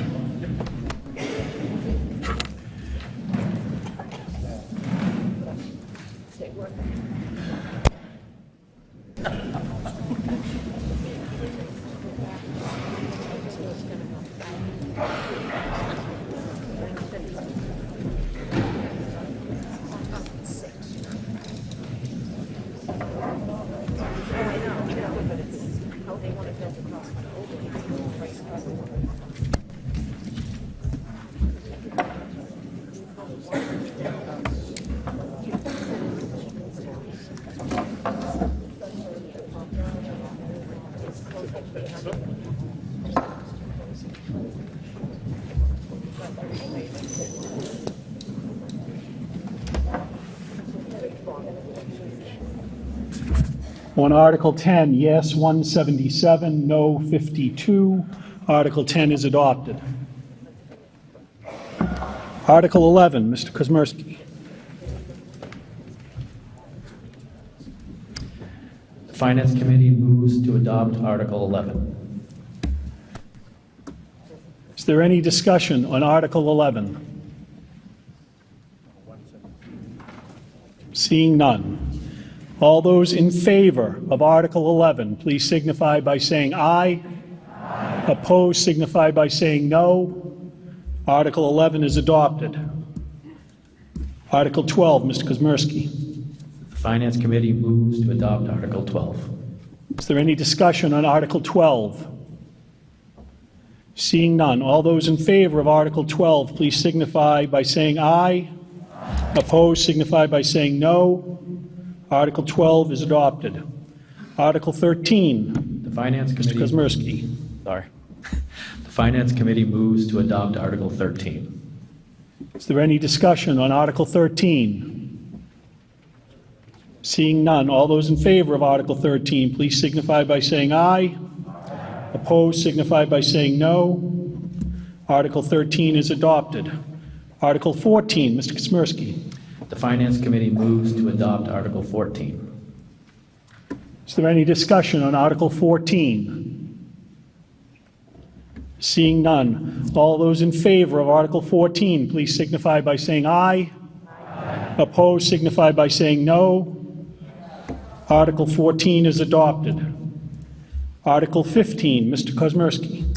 The Finance Committee moves to adopt Article 15. Is there any discussion on Article 15? Ma'am, you're going to have to pull that way. There you go. Hi, Judith, hello, do you hear me?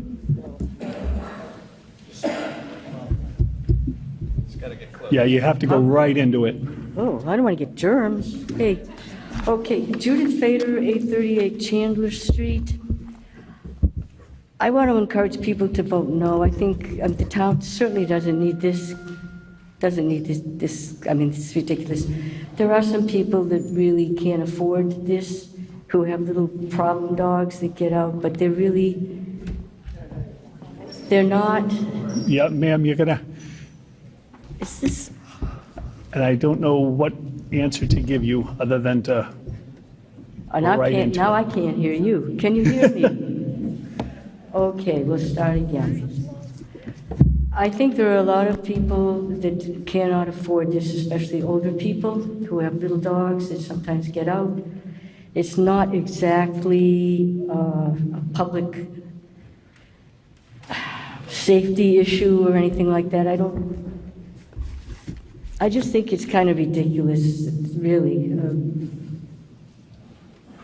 I think the current structure is just punitive enough. I'd like to, why would anybody really want to do this? I mean, there aren't that many dogs that get out. The ones that do, the biggest problem is they might get hit by a car. I mean, if there are people who really just are not taking care of their dogs and they're deliberately letting them roam, there should be another way to deal with that and not raise the fees for people who just have little clever little rats that sometimes just tunnel out and get out and run around, and they don't really do any harm. But, people end up having to pay a lot of money to get them out of the pound. So I would just ask people to vote no on this. I think it's an unreasonable rate increase. Thank you. Thank you. Mr. Montori. Thank you, Mr. Moderator. I just want to clarify why we brought this article forward. Recently, the state statute governing dog fines and violations changed and increased or set the fee structure for fine violations. And towns are required to follow that fine structure. In our bylaw, we have a structure, and it was less than the state's. So what we're simply doing here is updating our fine structure to match what the state has in the Mass General laws to be in compliance. That's why we brought this forward. Thank you. Ma'am. Thank you. Alexandra Lauder, 1001 Whipple Road.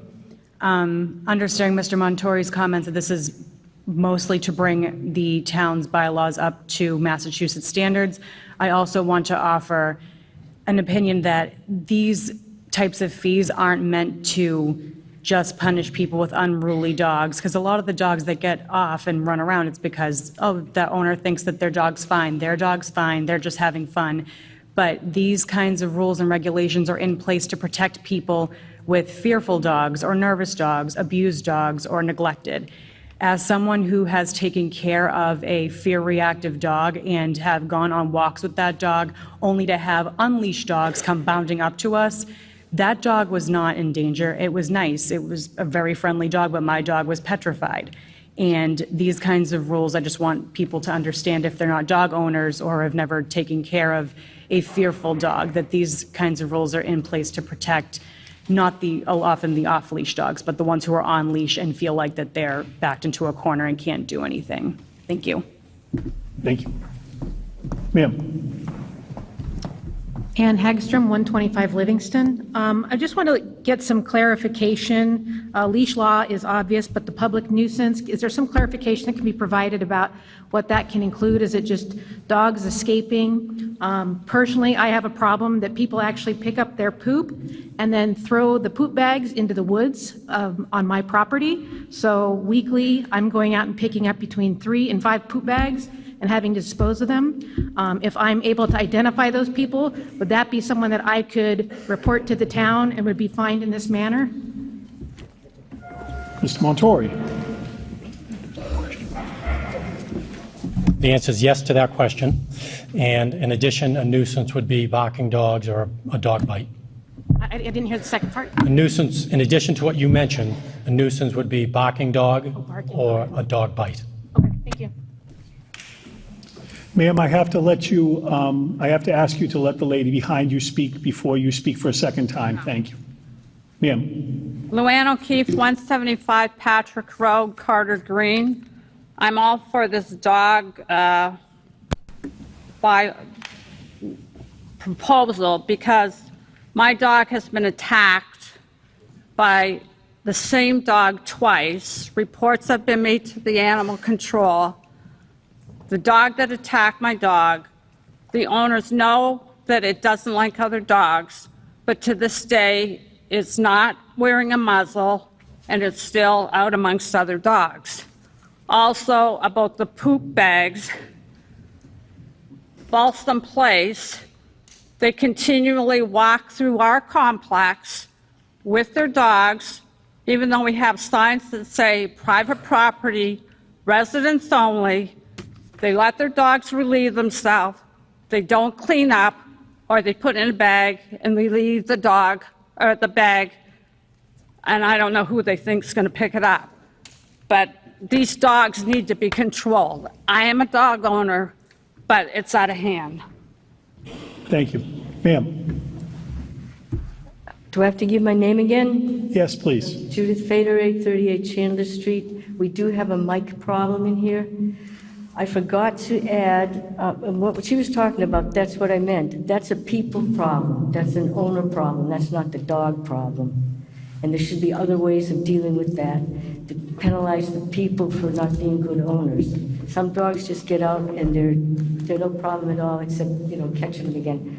But my other point, I first forgot to mention, what's the point in having a town government if we just simply do whatever the state wants? We have to comply with everything. Someone was just up here saying that we don't like to comply with federal regulations. But what about the state? Who cares? This is the town of Tewksbury. We should have some things that are our own. That's it. Thank you. Thank you. Is there any further discussion on Article 15? Seeing none, I have a motion to adopt. All those in favor of the adoption of Article 15, please signify by saying aye. Aye. All those opposed to Article 15 signify by saying no. Article 15 is adopted. Article 16, Mr. Kuzmersky. Finance Committee moves to adopt Article 16. Is there any discussion on Article 16?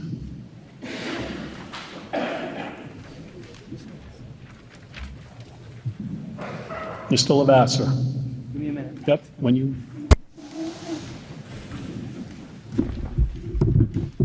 I'll second Jay Kelly's version 1. We need to do something about lowering the mic too.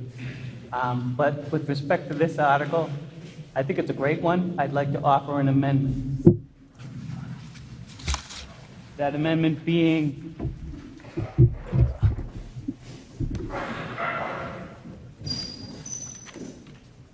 Section 2104050, subsection A, replace $100 with $250 and add the following sentence. This fine cannot be waived by any town entity. And I'd like to speak on that for a moment. We have these properties in town that are run down. People don't take care of them. This article is adding some teeth to that. And in my mind, $100 per day is not enough. $250 a day is something more reasonable to get people out there to take care of their abandoned buildings to the building commissioner's approval. Thank you. And I have that in writing. Yeah, could I have that, please? Could one of the counters or someone, oh, there we go.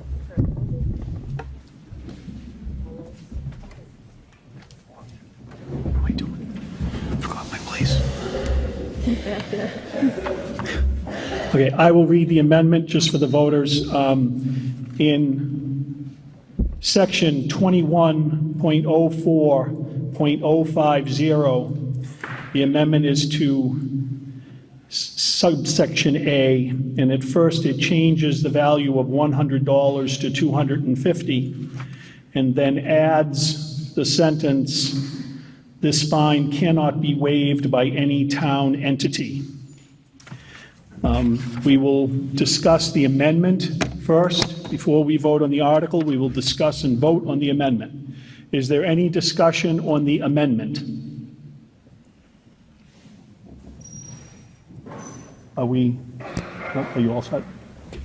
Seeing none. On the amendment, does everyone understand the amendment? Do you need me to read it again? Okay.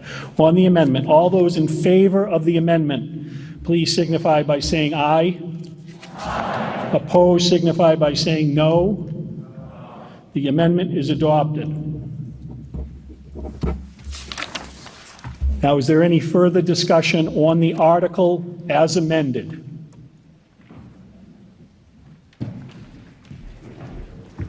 Ms. Fade.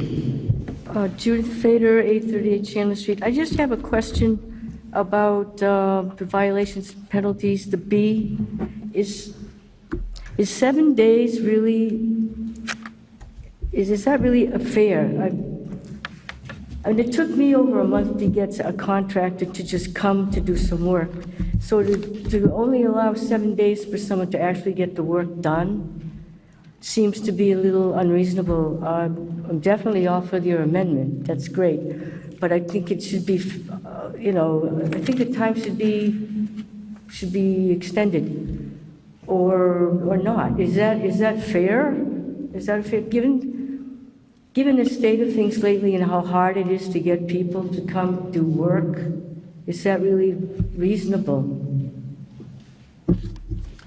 Mr. Sadwick. Thank you. I just wanted to point out that that is a minimum. It's a minimum of 7 days.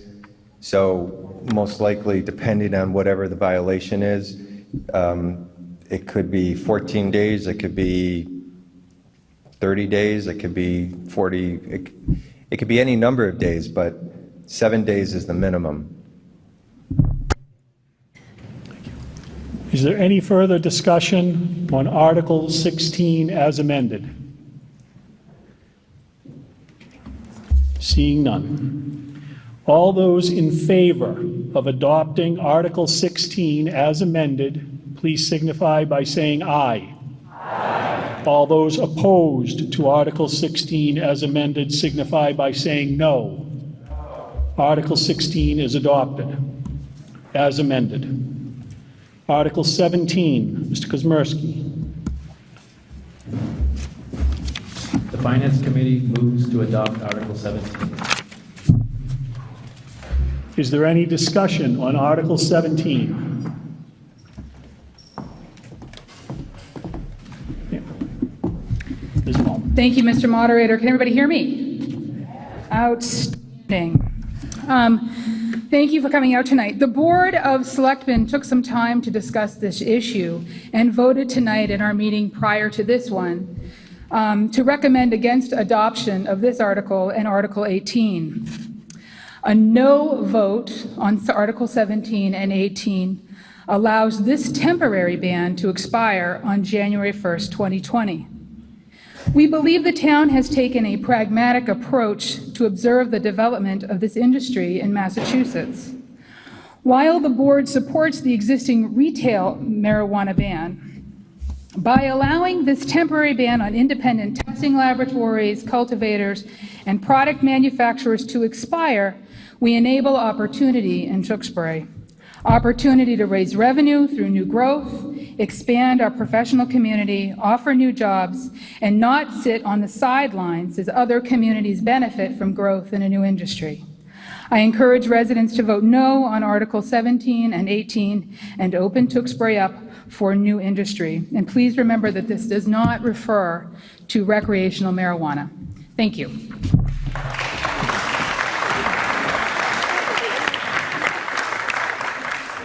Mr. Lavasser. Thank you. Richard Lavasser, 25 Anthony Road. We talked a lot about spending money tonight. We need to get some money tonight. So I stand and oppose whatever you just said, James.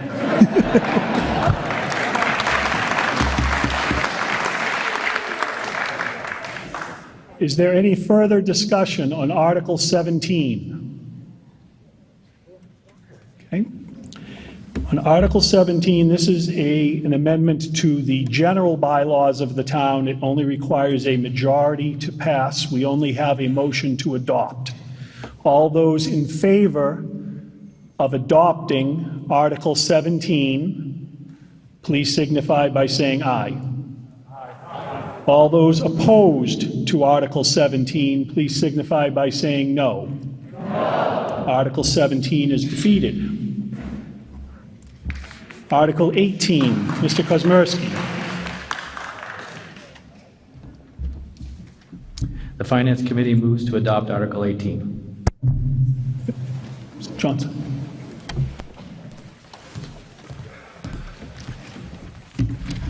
Thank you, Mr. Moderator. The Planning Board, at its public hearing for this article, originally voted 5-0 for adoption. In lieu of the Board of Selectmen's vote this evening, we have just re-voted on this article to vote 5-0 for its defeat. Thank you. Is there any further discussion on Article 18? Okay. Article 18 is an amendment to the town's zoning bylaw. It requires a 2/3 vote to pass.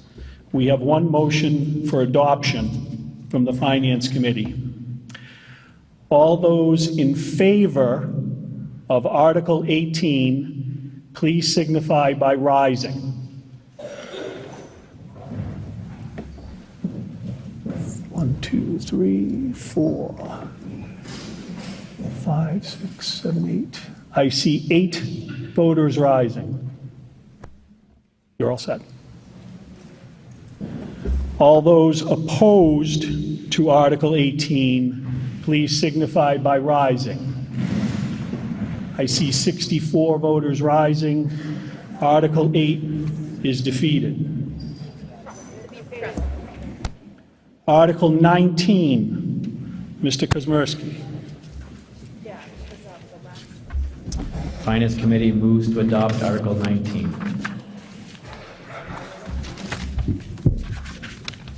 Is there any discussion on Article 19? Sir. Yes, this article was presented at the previous town meeting. I'm sorry, John Ricker, 220 Cart Path Road. Was presented at the last town meeting without the required map per the state requirements. This vote is to make this official and follow proper protocol.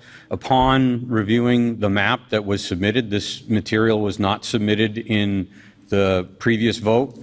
It appears that the article was presented to change the zoning, spot zoning, for two specific pieces of property from industrial H1 to, I'm sorry, HI to HI1. After looking at the map, a portion of this property actually resides in R40. So the previous article that was voted on was incomplete.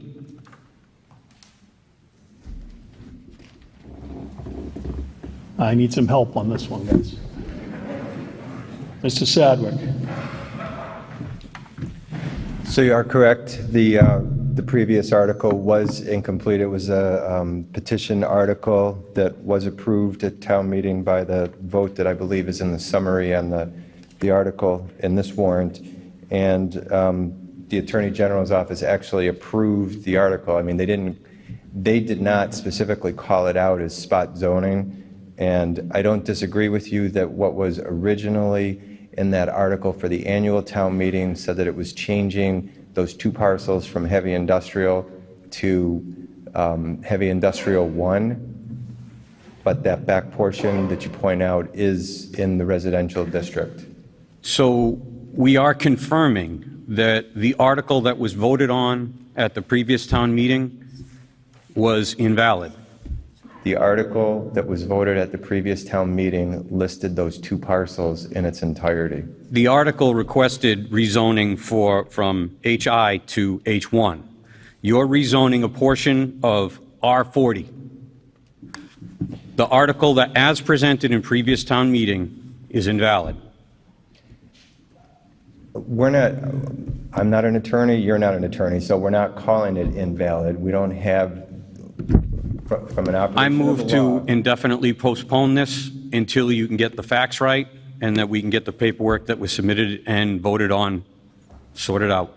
Let me just state that Article 36 of the annual town meeting said Assessor's Map 102, Lot 16, and Map 103, Lot 102. And that's what you see on the map in this warrant article today. That's how the article read for town meeting at the annual.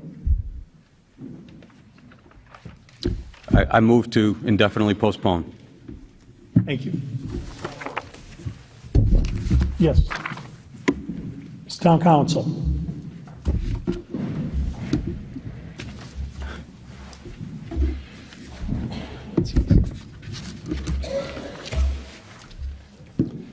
Thank you, Mr. Moderator. Just to confirm what Mr. Sadwick said, it's my understanding that this map is consistent with the prior vote, and if in fact that is inaccurate, the Attorney General would send it back to the town. Thank you. Mr. Plunkett. Thank you, Mr. Moderator. David Plunkett, 257 Fifth Street. Just standing in support of this article, it was approved 152 to 18, and the article itself was approved by the Attorney General's office. And I would move the question and ask for support to have this reflect the vote of the previous town meeting. Thank you. Mr. Johnson. Thank you, Mr. Moderator. First off, the Planning Board voted 5-0 for adoption of this article. And just again, to make this clear, because I know sometimes the zoning articles get confusing for everyone, the underlying change has already happened. It's been approved. The only thing this is doing is making consistency between the article that's already been done, the bylaw, and the map that then goes with it in a different section. It's just to make consistency. That's what the Attorney General's office is asking to do. This will not, if you vote this down, it doesn't undo what was already done. All it's going to do is cause confusion between the two things. You approve the map, you just have consistency. So I don't want people to get lost in confusion that somehow by voting this down, you're somehow changing what's already happened. is not the case. You only have things that don't agree and make problems. That is not going to undo what was already done before. Thank you. Mr. While I have you there, I have a question. What are the ramifications of having the zoning bylaw, the zoning in the bylaw different from the zoning map? Does it prevent anything from happening on that property? So ultimately, my read, and again, you can check with town council, my understanding is that the bylaw is going to govern, but it's just going to add to the confusion by having the map inconsistent. It's not going to undo the underlying bylaw that's going to allow the change that already happened. So it's really for clarification so that there's consistency. Having the two disagree is not going to invalidate the first. Thank you. Is there any further discussion on Article 19? Seeing none. We have a motion for indefinite postponement of Article 19.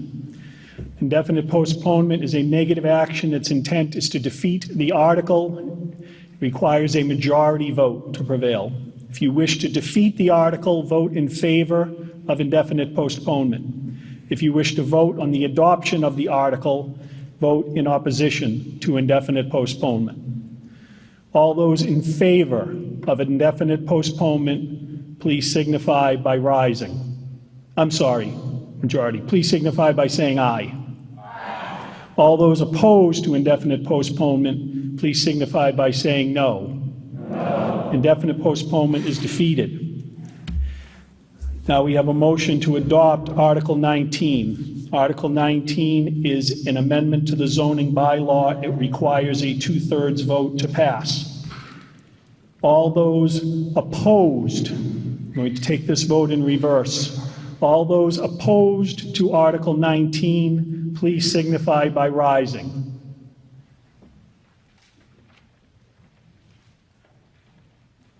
I see one voter rising. I'm sorry, was there? I'm sorry, I see two voters rising. All those in favor of Article 19, please signify by rising. I see 61 voters rising. Article 19 is adopted.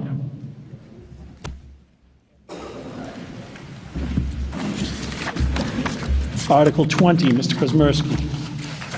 I would like to defer to the planning board for Article 20. Mr. Johnson. Finance Committee would like to defer to the planning board.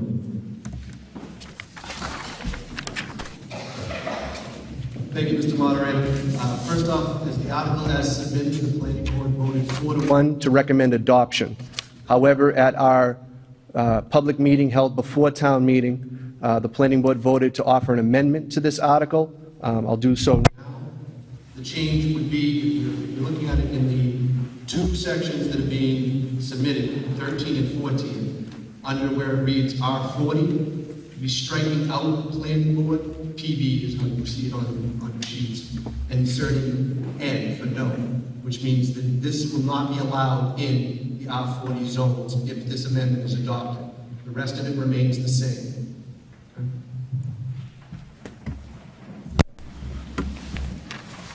So this is a different amendment than the one submitted by the proponent, because I have something. Okay, thank you. The proponent of this article was at that public meeting that we had, and that proponent will now not submit the amendment that they were going to submit, and instead, I believe, if asked, they will support the planning board's amendment to the article. Okay, thank you. So we have an amendment to Article 20 for sections 13 and 14 in the R40 section. We will strike the letters PB from each section and replace that with the letter N. We'll discuss the amendment first. Is there any discussion on the amendment? I'm sorry. Mr. Johnson. Thank you, Mr. Moderator.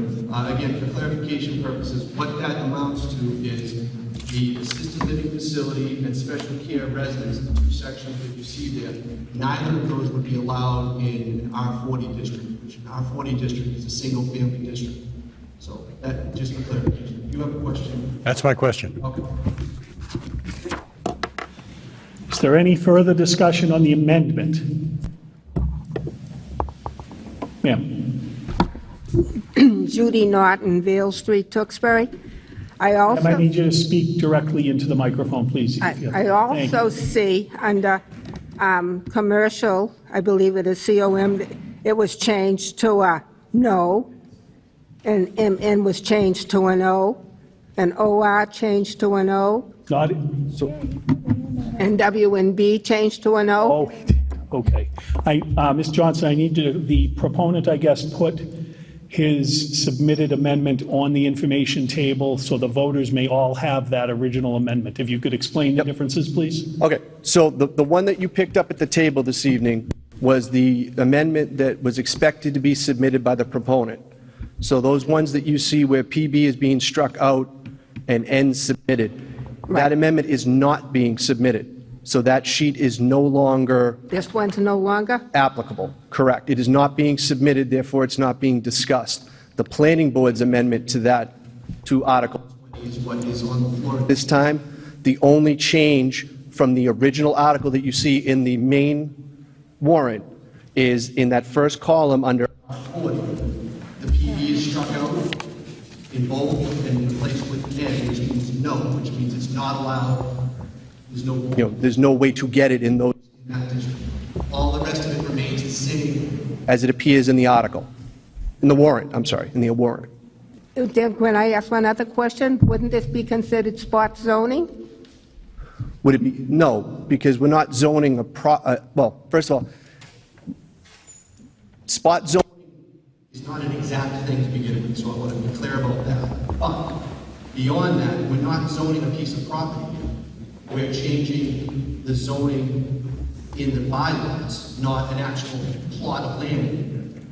So if you use for an example, you mentioned commercial. Any piece of property in a commercial district, wherever that may be, this would be allowed with planning board approval. That's what the PB means. So in any of those where it says PB, it means it's allowed, but only with planning board approval. All right, but I have a little issue about heavy industry. I mean, Ma'am, we're dangerous? only discussing the amendment right now. If we could just, about changing the residential 40 piece. Okay. We can talk about the article after we talk about the amendment. well, I'll come back. Yep. Further discussion on the amendment, please. Ma'am. Sarah Sacco, 235 North Billerica Road. I see that there's a reference to the Code of Massachusetts regulations. Sorry. Yeah. Is this better? Yes. Okay, great. I see that there's a reference to the Code of Massachusetts regulations on the definition of a special care residence. Could someone define it in this meeting, please? Again, that would be a discussion after we complete discussion of the amendment. That's more on the article than on the amendment. I just want to get the article that we're talking about set in stone before we discuss that. So we'll hold on that question until we vote on the amendment. Thank you. Yeah. Donna Higgins, 296 Astor Street. In regards to this article, at the Finance Committee, Mr. Scone came there, excuse me, and explained to us that he would only be doing HI and HI1 only.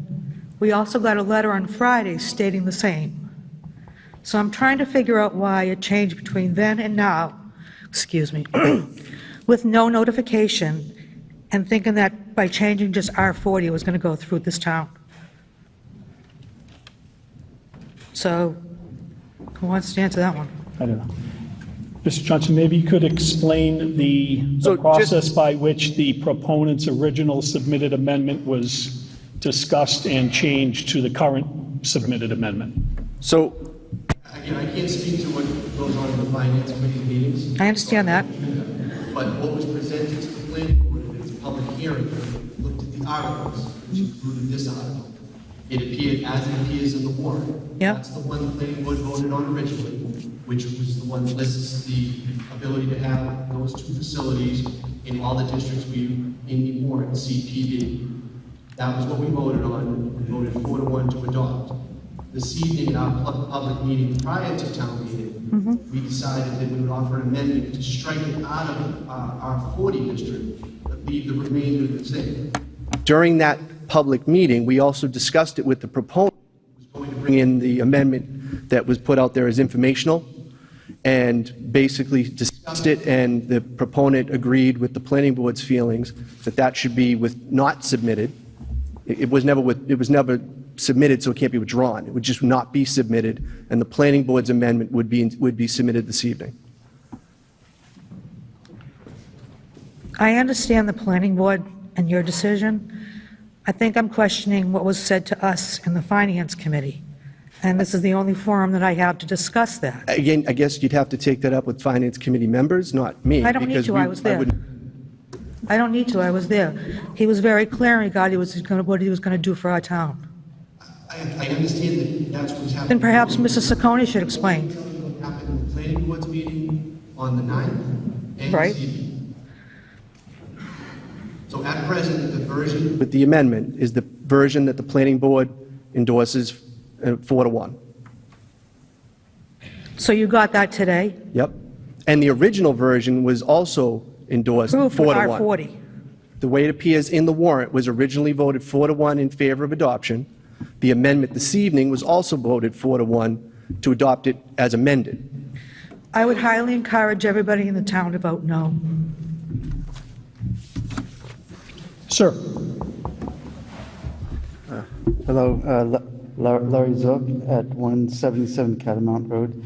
I just want to clarify, I think you said this. So what you're saying is Michael Saccone, who submitted this, Yeah,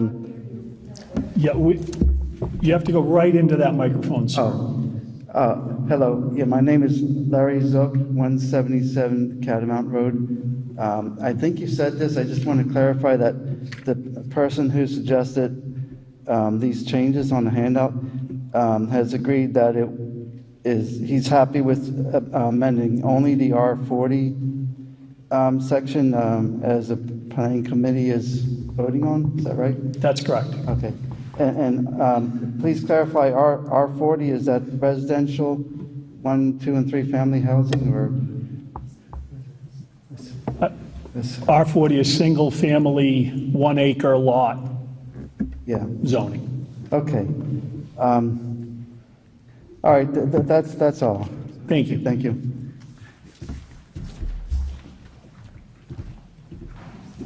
Sleva. Hi, Karen Sleva, North Street. Everybody hear me? On the original warrant, it was, before the amendment was proposed, it was to allow the uses in R40 and OR, which is office research, for anybody that might not know, correct? Yes.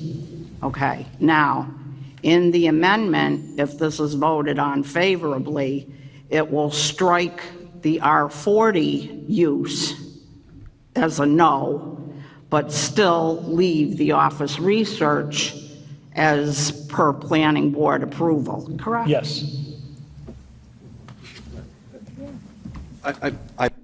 Just the wording you used, I think, might be a little confusing. If the amendment is defeated, it reverts back to what you see in the warrant, which would have it in R40, commercial, municipal, office research, and West Side neighborhood business.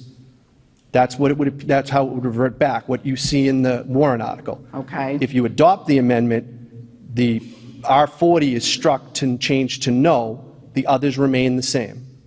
Okay, and then the article itself would still be voted on, up or down? Correct. With this new amendment? Correct. Yes. Okay. Sorry. All right, I just wanted to clarify. Thank you. Ma'am. Michelle Lee, 615 North Street.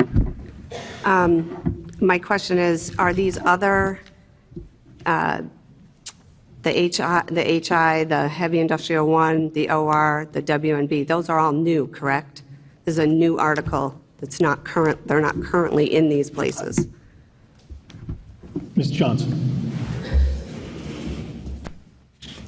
That is correct. The section that this is referring to, which is Section B, exempt and industrial uses, ends at number 12. So this is 13 and 14. These would be additions to that section in the bylaw, and none of those appear presently. Okay, aren't we currently having this big, huge rezoning planning going on, and this is not separate from that? When you say separate, it is separate in that it's being acted on this evening. Right, so why isn't it not with the big plan that we've been working on, the town's been working on, to put this all together at a full I wouldn't town? say that it couldn't be, but again, there's no guarantee as to when or if that change happens. So if it's a change that it's agreed upon that is something that should be done, bringing it up now would be proper. Because you can't, I mean, the expectation is that that will come forward at the next town meeting, but until that happens, you don't know. So if this is a change that should happen, doing it this evening is reasonable, rather than waiting for something to happen that may or may not happen. Okay, with all the confusion, I would recommend indefinite postponement of this article. Are you making that a motion, ma'am? Yes. Oh, I'm sorry. The article or the amendment? The amendment first. So you're opposed to the amendment? Okay, I'm opposed to the article, okay. both. Do you, all right, we're just going to vote up and down on the amendment, because That's fine. we'll worry about the other motion later. Sir, you're up. Okay, still in discussion on the amendment. Yes. So lines 13 and 14 on the proposed table, section B, didn't exist before whatsoever. And the amendment is changing just the R40 from planning board approval to no approval, no planning board insight. Sir Johnson. Correct. The amendment is changing the warrant article as submitted to have planning board struck and no submitted. Okay. So the question that I have on the amendment, the way that the summary was written, it talks about planning board approval of new and existing assisted living facilities in the HI zoning district. The 13 and 14 on section B have planning board approval in many other sections that aren't related to the HI zoning district. Yeah, the summary is informational, it's not exact, Okay, and it's so missing more information, which is So the that those question that other I have areas are ones with that would regards to the amendment. So if the amendment as written will give the planning board the authority to approve assisted living in the other zoning districts, is that correct? Not actually, the amendment strikes the planning board being able to do it in the R40. The article itself is what would give the planning board the ability to approve it in the zone listed. Okay. Then to save a step, I would like to nominate the original amendment that strikes the planning board authority in all of the other districts other than HI or HI1. Is that superseding the amendment that's on the table now? I don't want to go through this all again with everybody. Right, do you wish to submit the amendment that was on the table, the informational table as it was written? I do. If you can sign that and address it and submit it to the town clerk, we would vote on that amendment first, because that amendment is more restrictive than the planning board's amendment. Correct. And the one that everybody here was looking at. And it's, yes. And once I get that amendment, Sir?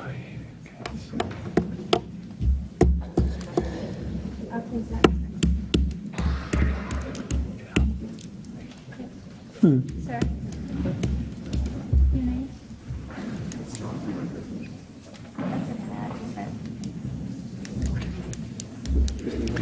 Actually, I have to vote on the planning board amendment first. I have to vote on the planning board amendment first because if I don't, I'm breaking my own rule, which is I vote on amendments as I get them, and we don't have two amendments going at once. We will vote on the planning board amendment, and then we will discuss and vote on the gentleman's amendment that was just submitted. Is there any further discussion on the planning board's amendment to just change the R40 column?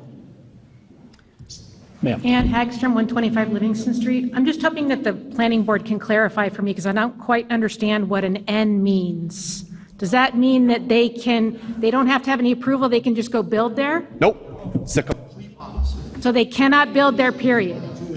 Okay, thank you. Thank you. Is there any further discussion on the First Amendment? Very good. We will vote on the First Amendment, which is in the R40 column, to amend the article by striking PB in each of those two cells and replace it with the letter N, making it a non-approved use rather than approved use. All those in favor of this amendment signify by saying aye. Aye. All those opposed signify by saying no. No. The amendment is adopted. Now we will vote on this. Now we will discuss the Second Amendment.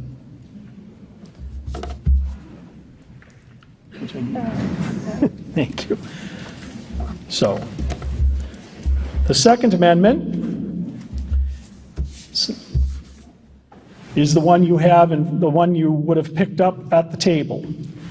So since the first section, the R40 section, that change has already been adopted, we would be changing the COM section from PB to N, the municipal MN section from PB to N, the office research OR section from PB to N, and the West Side Neighborhood Business District, is that what that is? From PB to N, the WNB.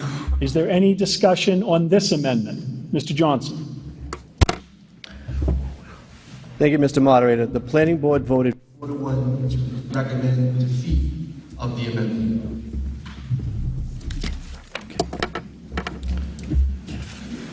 Is there any further discussion on this amendment? Seeing none. On this amendment, to make those further changes to 1, 2, 3, 4 more columns, to change from PB to N, all those in favor of this amendment, please signify by saying aye. Aye. All those opposed to the amendment signify by saying no. No. The amendment is adopted. Now, on the article as amended. No, no, no, no, no, no, no, and no. Okay. Is there any discussion on the article as amended? What we are currently voting on, just for everybody's clarification, is an article that will allow this use with planning board approval only in the HI and HI1 districts. Ma'am. Hi, Judy Norton on Vale Street again. I just want to know how safe it's going to be in there. I mean, you got people that could be immobile that you have to move out. So, I guess... In the HI, no, if you're going to have a heavy industry there... To back up one step, the planning board voted 4-1 to not recommend adoption of this version of the article. So, you limit it to only the H1 and the H districts, heavy industrial 1 districts. The planning board is not in favor of restricting it only to those sections. So, as far as safety, I really couldn't speak to that, but that was not, planning board 4-1 did not think that limiting these uses to only the heavy industrial and heavy industrial 1 districts was a wise decision. Because I figure it could be dangerous if it is an explosion or something, or gas or something. But again, I can't speak to the safety, but the planning board's thinking was those other districts that were previously included would be districts the planning board would be more likely to approve these uses in than the heavy industrial and industrial. Well, that's my only concern. I'm not saying we wouldn't, I'm just simply saying it was the feeling of the board that those other districts' inclusion in the article made it better. All right, thank you. Hello, Donna Pelza from Troll Road. I guess I'm a little bit concerned because of the fact that we just voted in storm management. And if these particular zoning changes go through, that means more building. So I would be in favor of the amendment just proposed, that it be accepted or defeated totally. And as the speaker spoke, one woman mentioned there is a long-range planning discussion going on by the planning board. Is that correct, as far as zoning? Yes, Ms. Johnson. Again, I guess I'll point out, I understand that the zoning articles can be confusing. But please let me be clear that building in the H1, and I'm sorry, the heavy industrial and the heavy industrial 1 districts is not precluded by this. This is just simply a use now that will not be one of the things that can go there. A heavy industrial building, or whatever is allowed in those districts as of now, would still be built there. So when you say things about stormwater, and again, I just don't want to see people get confused to think that just Because you defeat parts of this article, that means something won't go on a heavy industrial or heavy industrial 1 piece of property is not accurate. But I guess I would like to see our planning board doing what we want, not what an individual has requested. So that if we wanted, I know, but it was an individual who proposed it.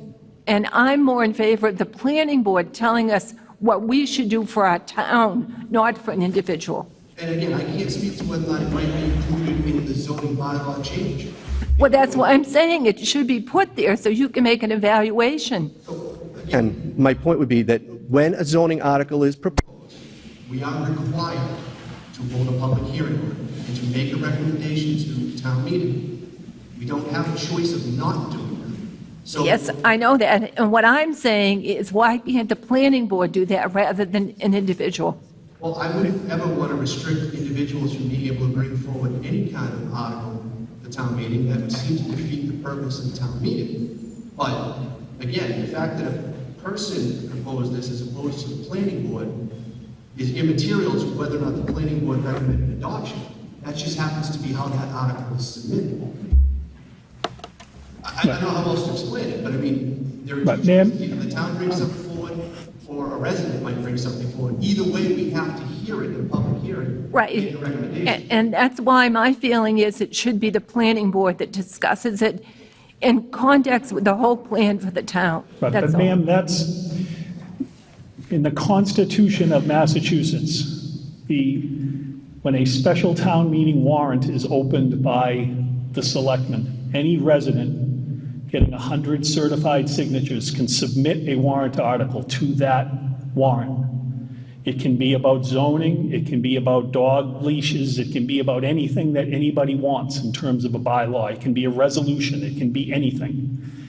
The planning board does not have the right to tell somebody, we're not going to talk about your article submission. They have a duty to have a public hearing and to make a recommendation, and they have done that. They have recommended against adoption of this article. So that's the process that we follow.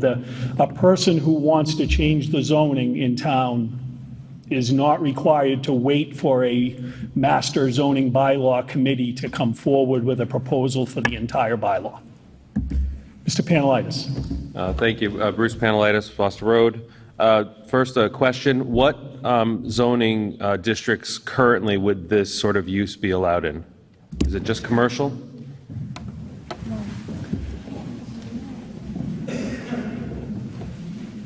At present, none. None. So again, and not to back up, but if someone thinks that these uses are a positive use in the town, at present, you cannot do them. And then second, a quick search of our public land database shows that there's a single property the proponent owns in town, It's a property on Andover Street in the corner of Fraser Lane and Andover Street. So clearly, the goal of the article is to change the zoning for that property, which would be to put that on that property. And so I stand opposed to the article. Mrs. Sleva. Karen Sleva, North Street. Just clarifying this. So the amendment that we've already adopted is to eliminate right across the board, correct? The only allowed uses right now are heavy industrial and heavy industrial -1. Correct. And every other use by the amendment we just voted on strikes all the rest other than H and HI, correct? Yes. But if one believes that that use shouldn't belong there either, then they should vote no. That is correct. If the article is defeated, then these two uses will continue to be, I don't know what the not allowed uses in town. Correct. Throughout the town. So do we know the area that we're speaking of that's being proposed for this? It's being proposed in any heavy industrial or heavy industrial 1 district. It is not being proposed for a specific lot. So again, because these things get confused. The previous speaker who made reference to a single piece of property.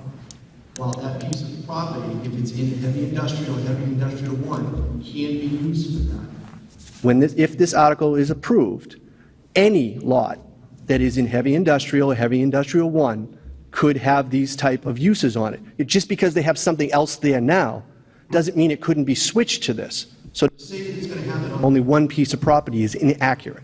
Anything in the heavy industrial or heavy industrial 1, even if something exists there now, could end up with one of these two uses because it would then be allowed in those two zones. So it's not a specific piece of property, it's a zoning area, heavy industrial and heavy industrial 1. I understand that, but the person that's proposing it only owns a certain parcel of HI property, correct? I don't know what the proponent owns. I can only speak to what the article would do. Well, they're obviously proposing it because they have that use in mind. So if one doesn't think that it belongs there or in any HI property, then they should vote no. And the way I'm looking at it is we already know the uses that go into HI properties. If people are willing, it's kind of a use that's already there. So it's like the devil you already know as opposed to what we don't know. So I just like people to think about that before voting yes. Thank you. Sir. Hi, my name is Robert Wald. I live at 97 Cardigan Road. First, I'd like to know the meaning of the MN designation. That's municipal. Municipal. Town-owned property. Town-owned land? Okay.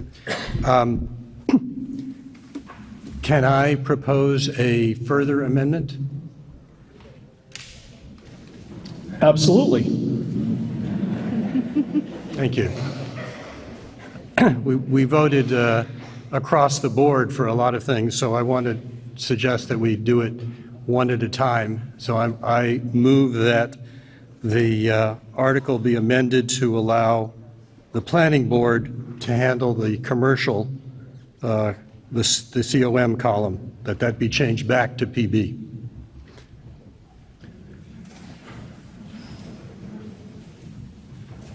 I need to have that in writing, sir. Sorry, I couldn't understand you. Okay. I'm sorry? Oh, I'm sorry, Mr. Wald. I need to have your amendment in writing submitted to the town clerk so that we can have it and discuss it. Okay. Now we will be discussing the amendment. Sorry, Mr. Gill, just a moment. This amendment is to return approval for these two districts, for the commercial and municipal district, to change that back from N to the original PB. On the amendment, Mr. Gill. Mr. Moderator, I want to speak on the whole subject, all the amendments and the article itself.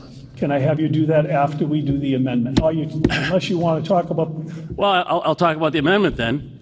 Thank you. I don't know about you, but I'm in a state of confusion. And town meeting sees me in a state of confusion.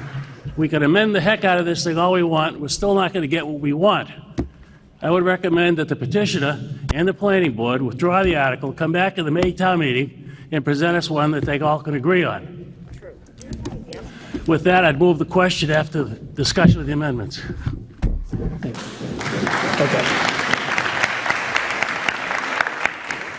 Okay, before people wonder why I'm moving to Kennebunkport.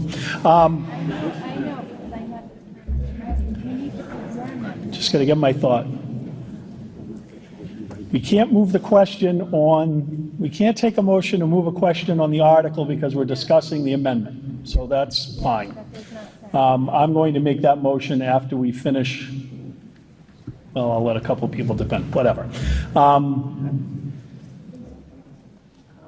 Amendments are difficult. We can amend, we can go back and forth. I have to accept them. I don't have any choice. But it does get confusing. And what I want to mention right now is that I do not have a motion on the table to adopt this article. So right now, we can't even vote to adopt it. In fact, I really don't even have an in-order motion for indefinite postponement because that motion was made while we were discussing an amendment. So we've talked about this article now for about a half an hour, and we can't even vote on it. So I'm not sure what the voters want to do after we finish discussing how many different ways we want to try to amend it. But somebody who's either for or against it needs to get up and make a motion to either vote for or against it, because if not, we're going to talk all this way, and then we're not going to vote, we're all going to go home. So... Mr. Moderator. Mr. Plunkett. On the amendment. David Plunkett, 257 Fifth Street.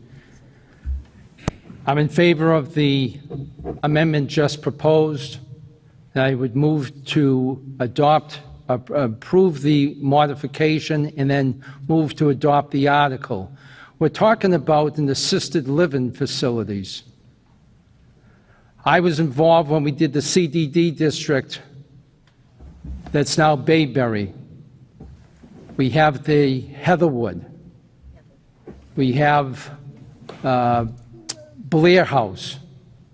These are all very necessary, important components of our community to provide housing and assistance for people for the whole range of housing needs in our community.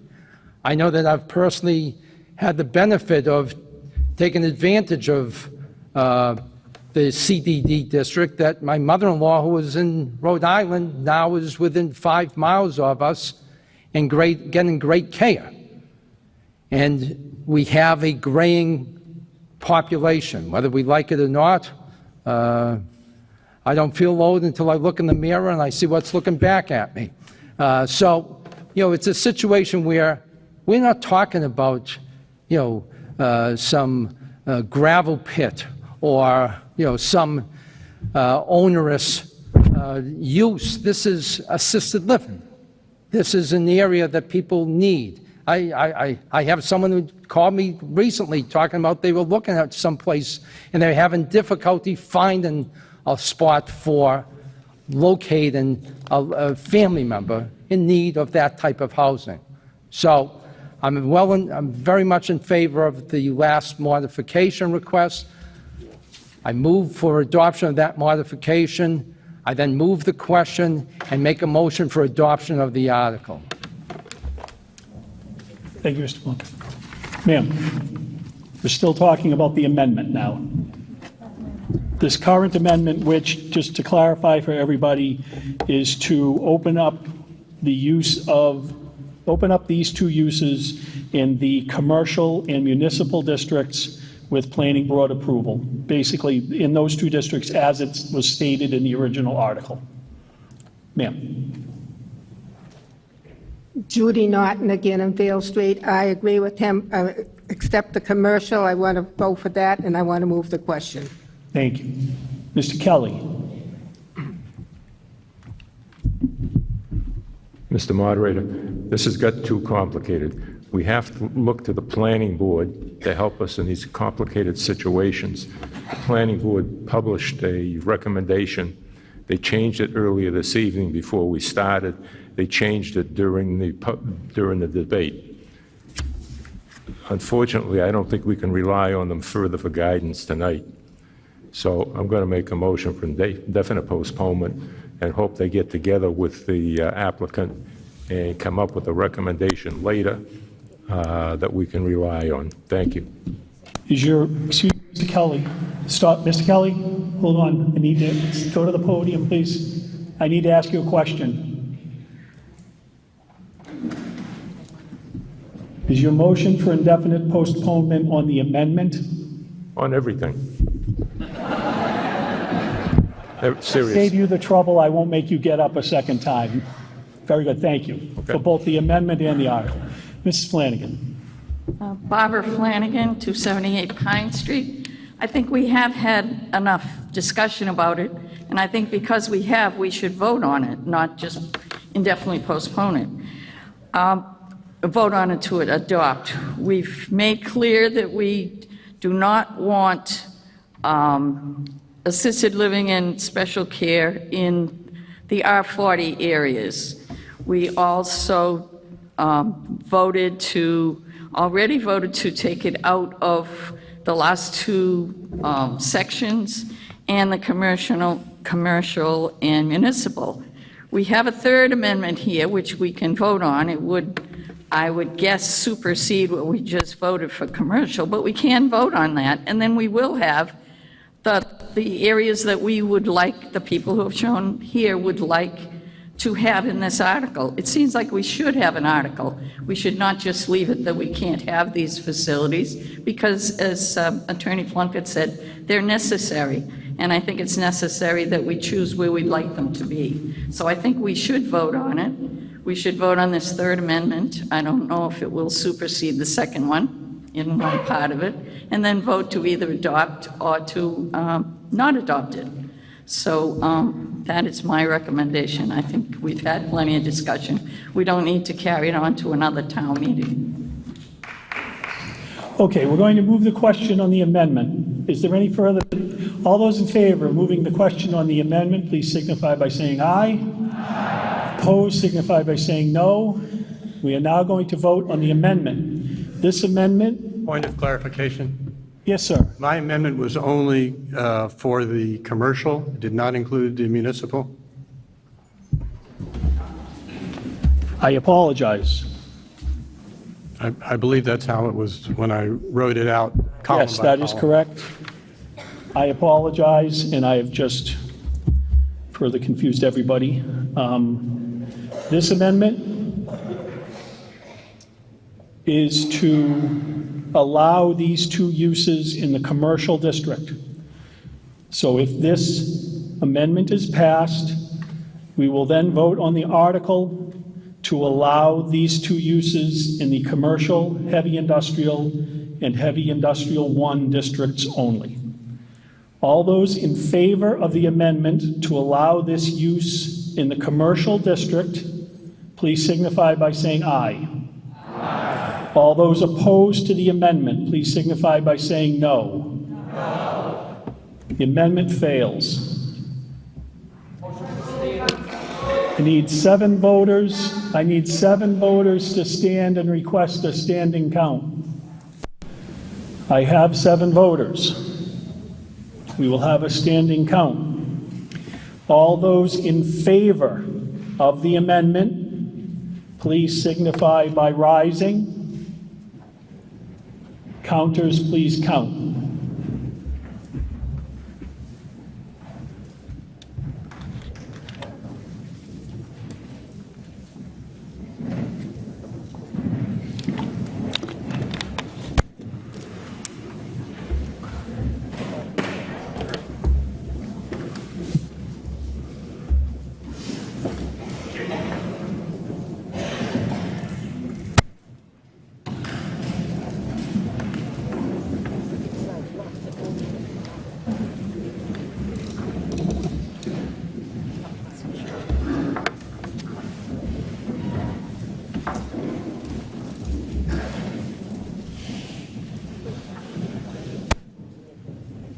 That's it. All those opposed to the amendment, please signify by rising. Counters, please count.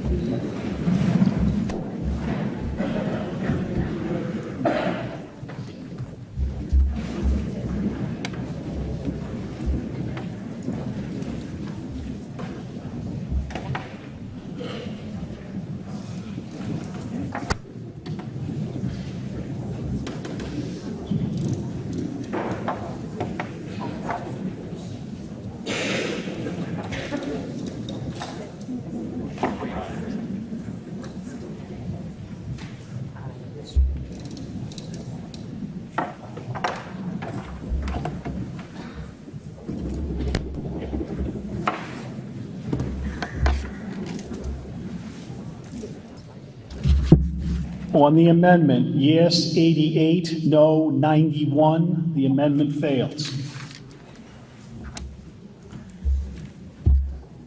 On the article, now if anybody can tell me what we're voting on right now, you win a pumpkin. Okay, our amended article right now allows these two uses only in the heavy industrial and the heavy industrial 1 districts. Everything else, every mark you've made, everything else, the only thing you have to think about right now is having a PB in the HI and HI1 columns. Everything else is a no. Yes. Not just allowed for planning board approval, that's what the PB means. Correct. Otherwise, if it was a by, Correct, yes. So with the PB means that it's an allowed use with planning board approval. It's not a use by right. Correct? Thank you. Okay. So on the article as amended, this is a zoning bylaw change. It requires a 2/3 vote. All those in favor of Article 20, please signify, as amended, please signify by rising. All those in favor, please signify by rising. Counters, please count.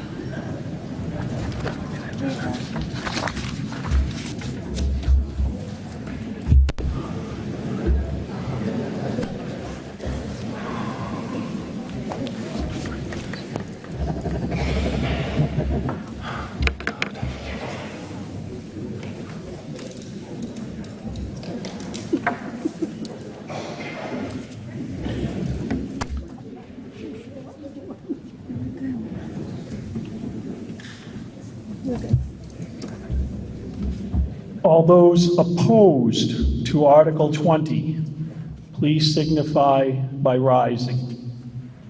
Counters, please count.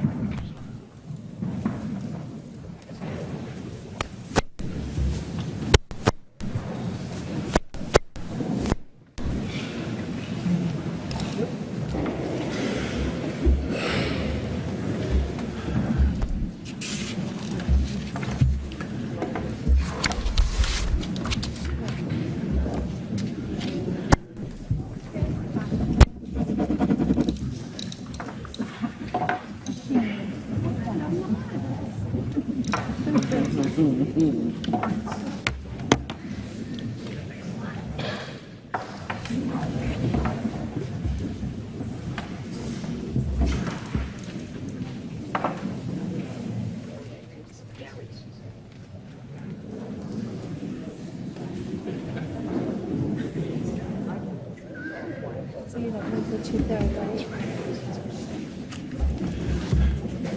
right? On Article 20, as amended, yes 80, no 100. Article 20 fails. Article 21, Mr. Kazmersky.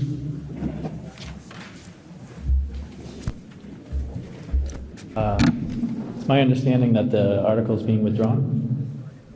Okay, thank you. Mr. Johnson? Thank you, Mr. Moderator, that's the planning board's understanding as well. Thank you. Is a proponent here to make Mr. Plunkett? Thank you, Mr. Moderator. In behalf of the Oblate Fathers, we're requesting the town meeting to allow the withdrawal of Article 21 without prejudice. Thank you. We have a motion to withdraw Article 21. All those in favor, please signify by saying aye. Opposed, signify by saying no. Article 21 is withdrawn. Before we leave this evening, I would like to thank the high school staff for their efforts in preparing the hall. Thank you to the checkers, counters, and the town clerk and her staff for their work before and during the meeting. And finally, as always, thanks to all of you for continuing Tewksbury's 285-year tradition of coming together to discuss, debate, and decide on the issues that face us. Mr. Kazmersky, can I have a motion to adjourn this special town meeting sine die? I motion to adjourn the October 1st, 2019 special town meeting sine die. All those in favor of adjournment, please signify by saying aye. Opposed, signify by saying no. This special town meeting is adjourned sine die.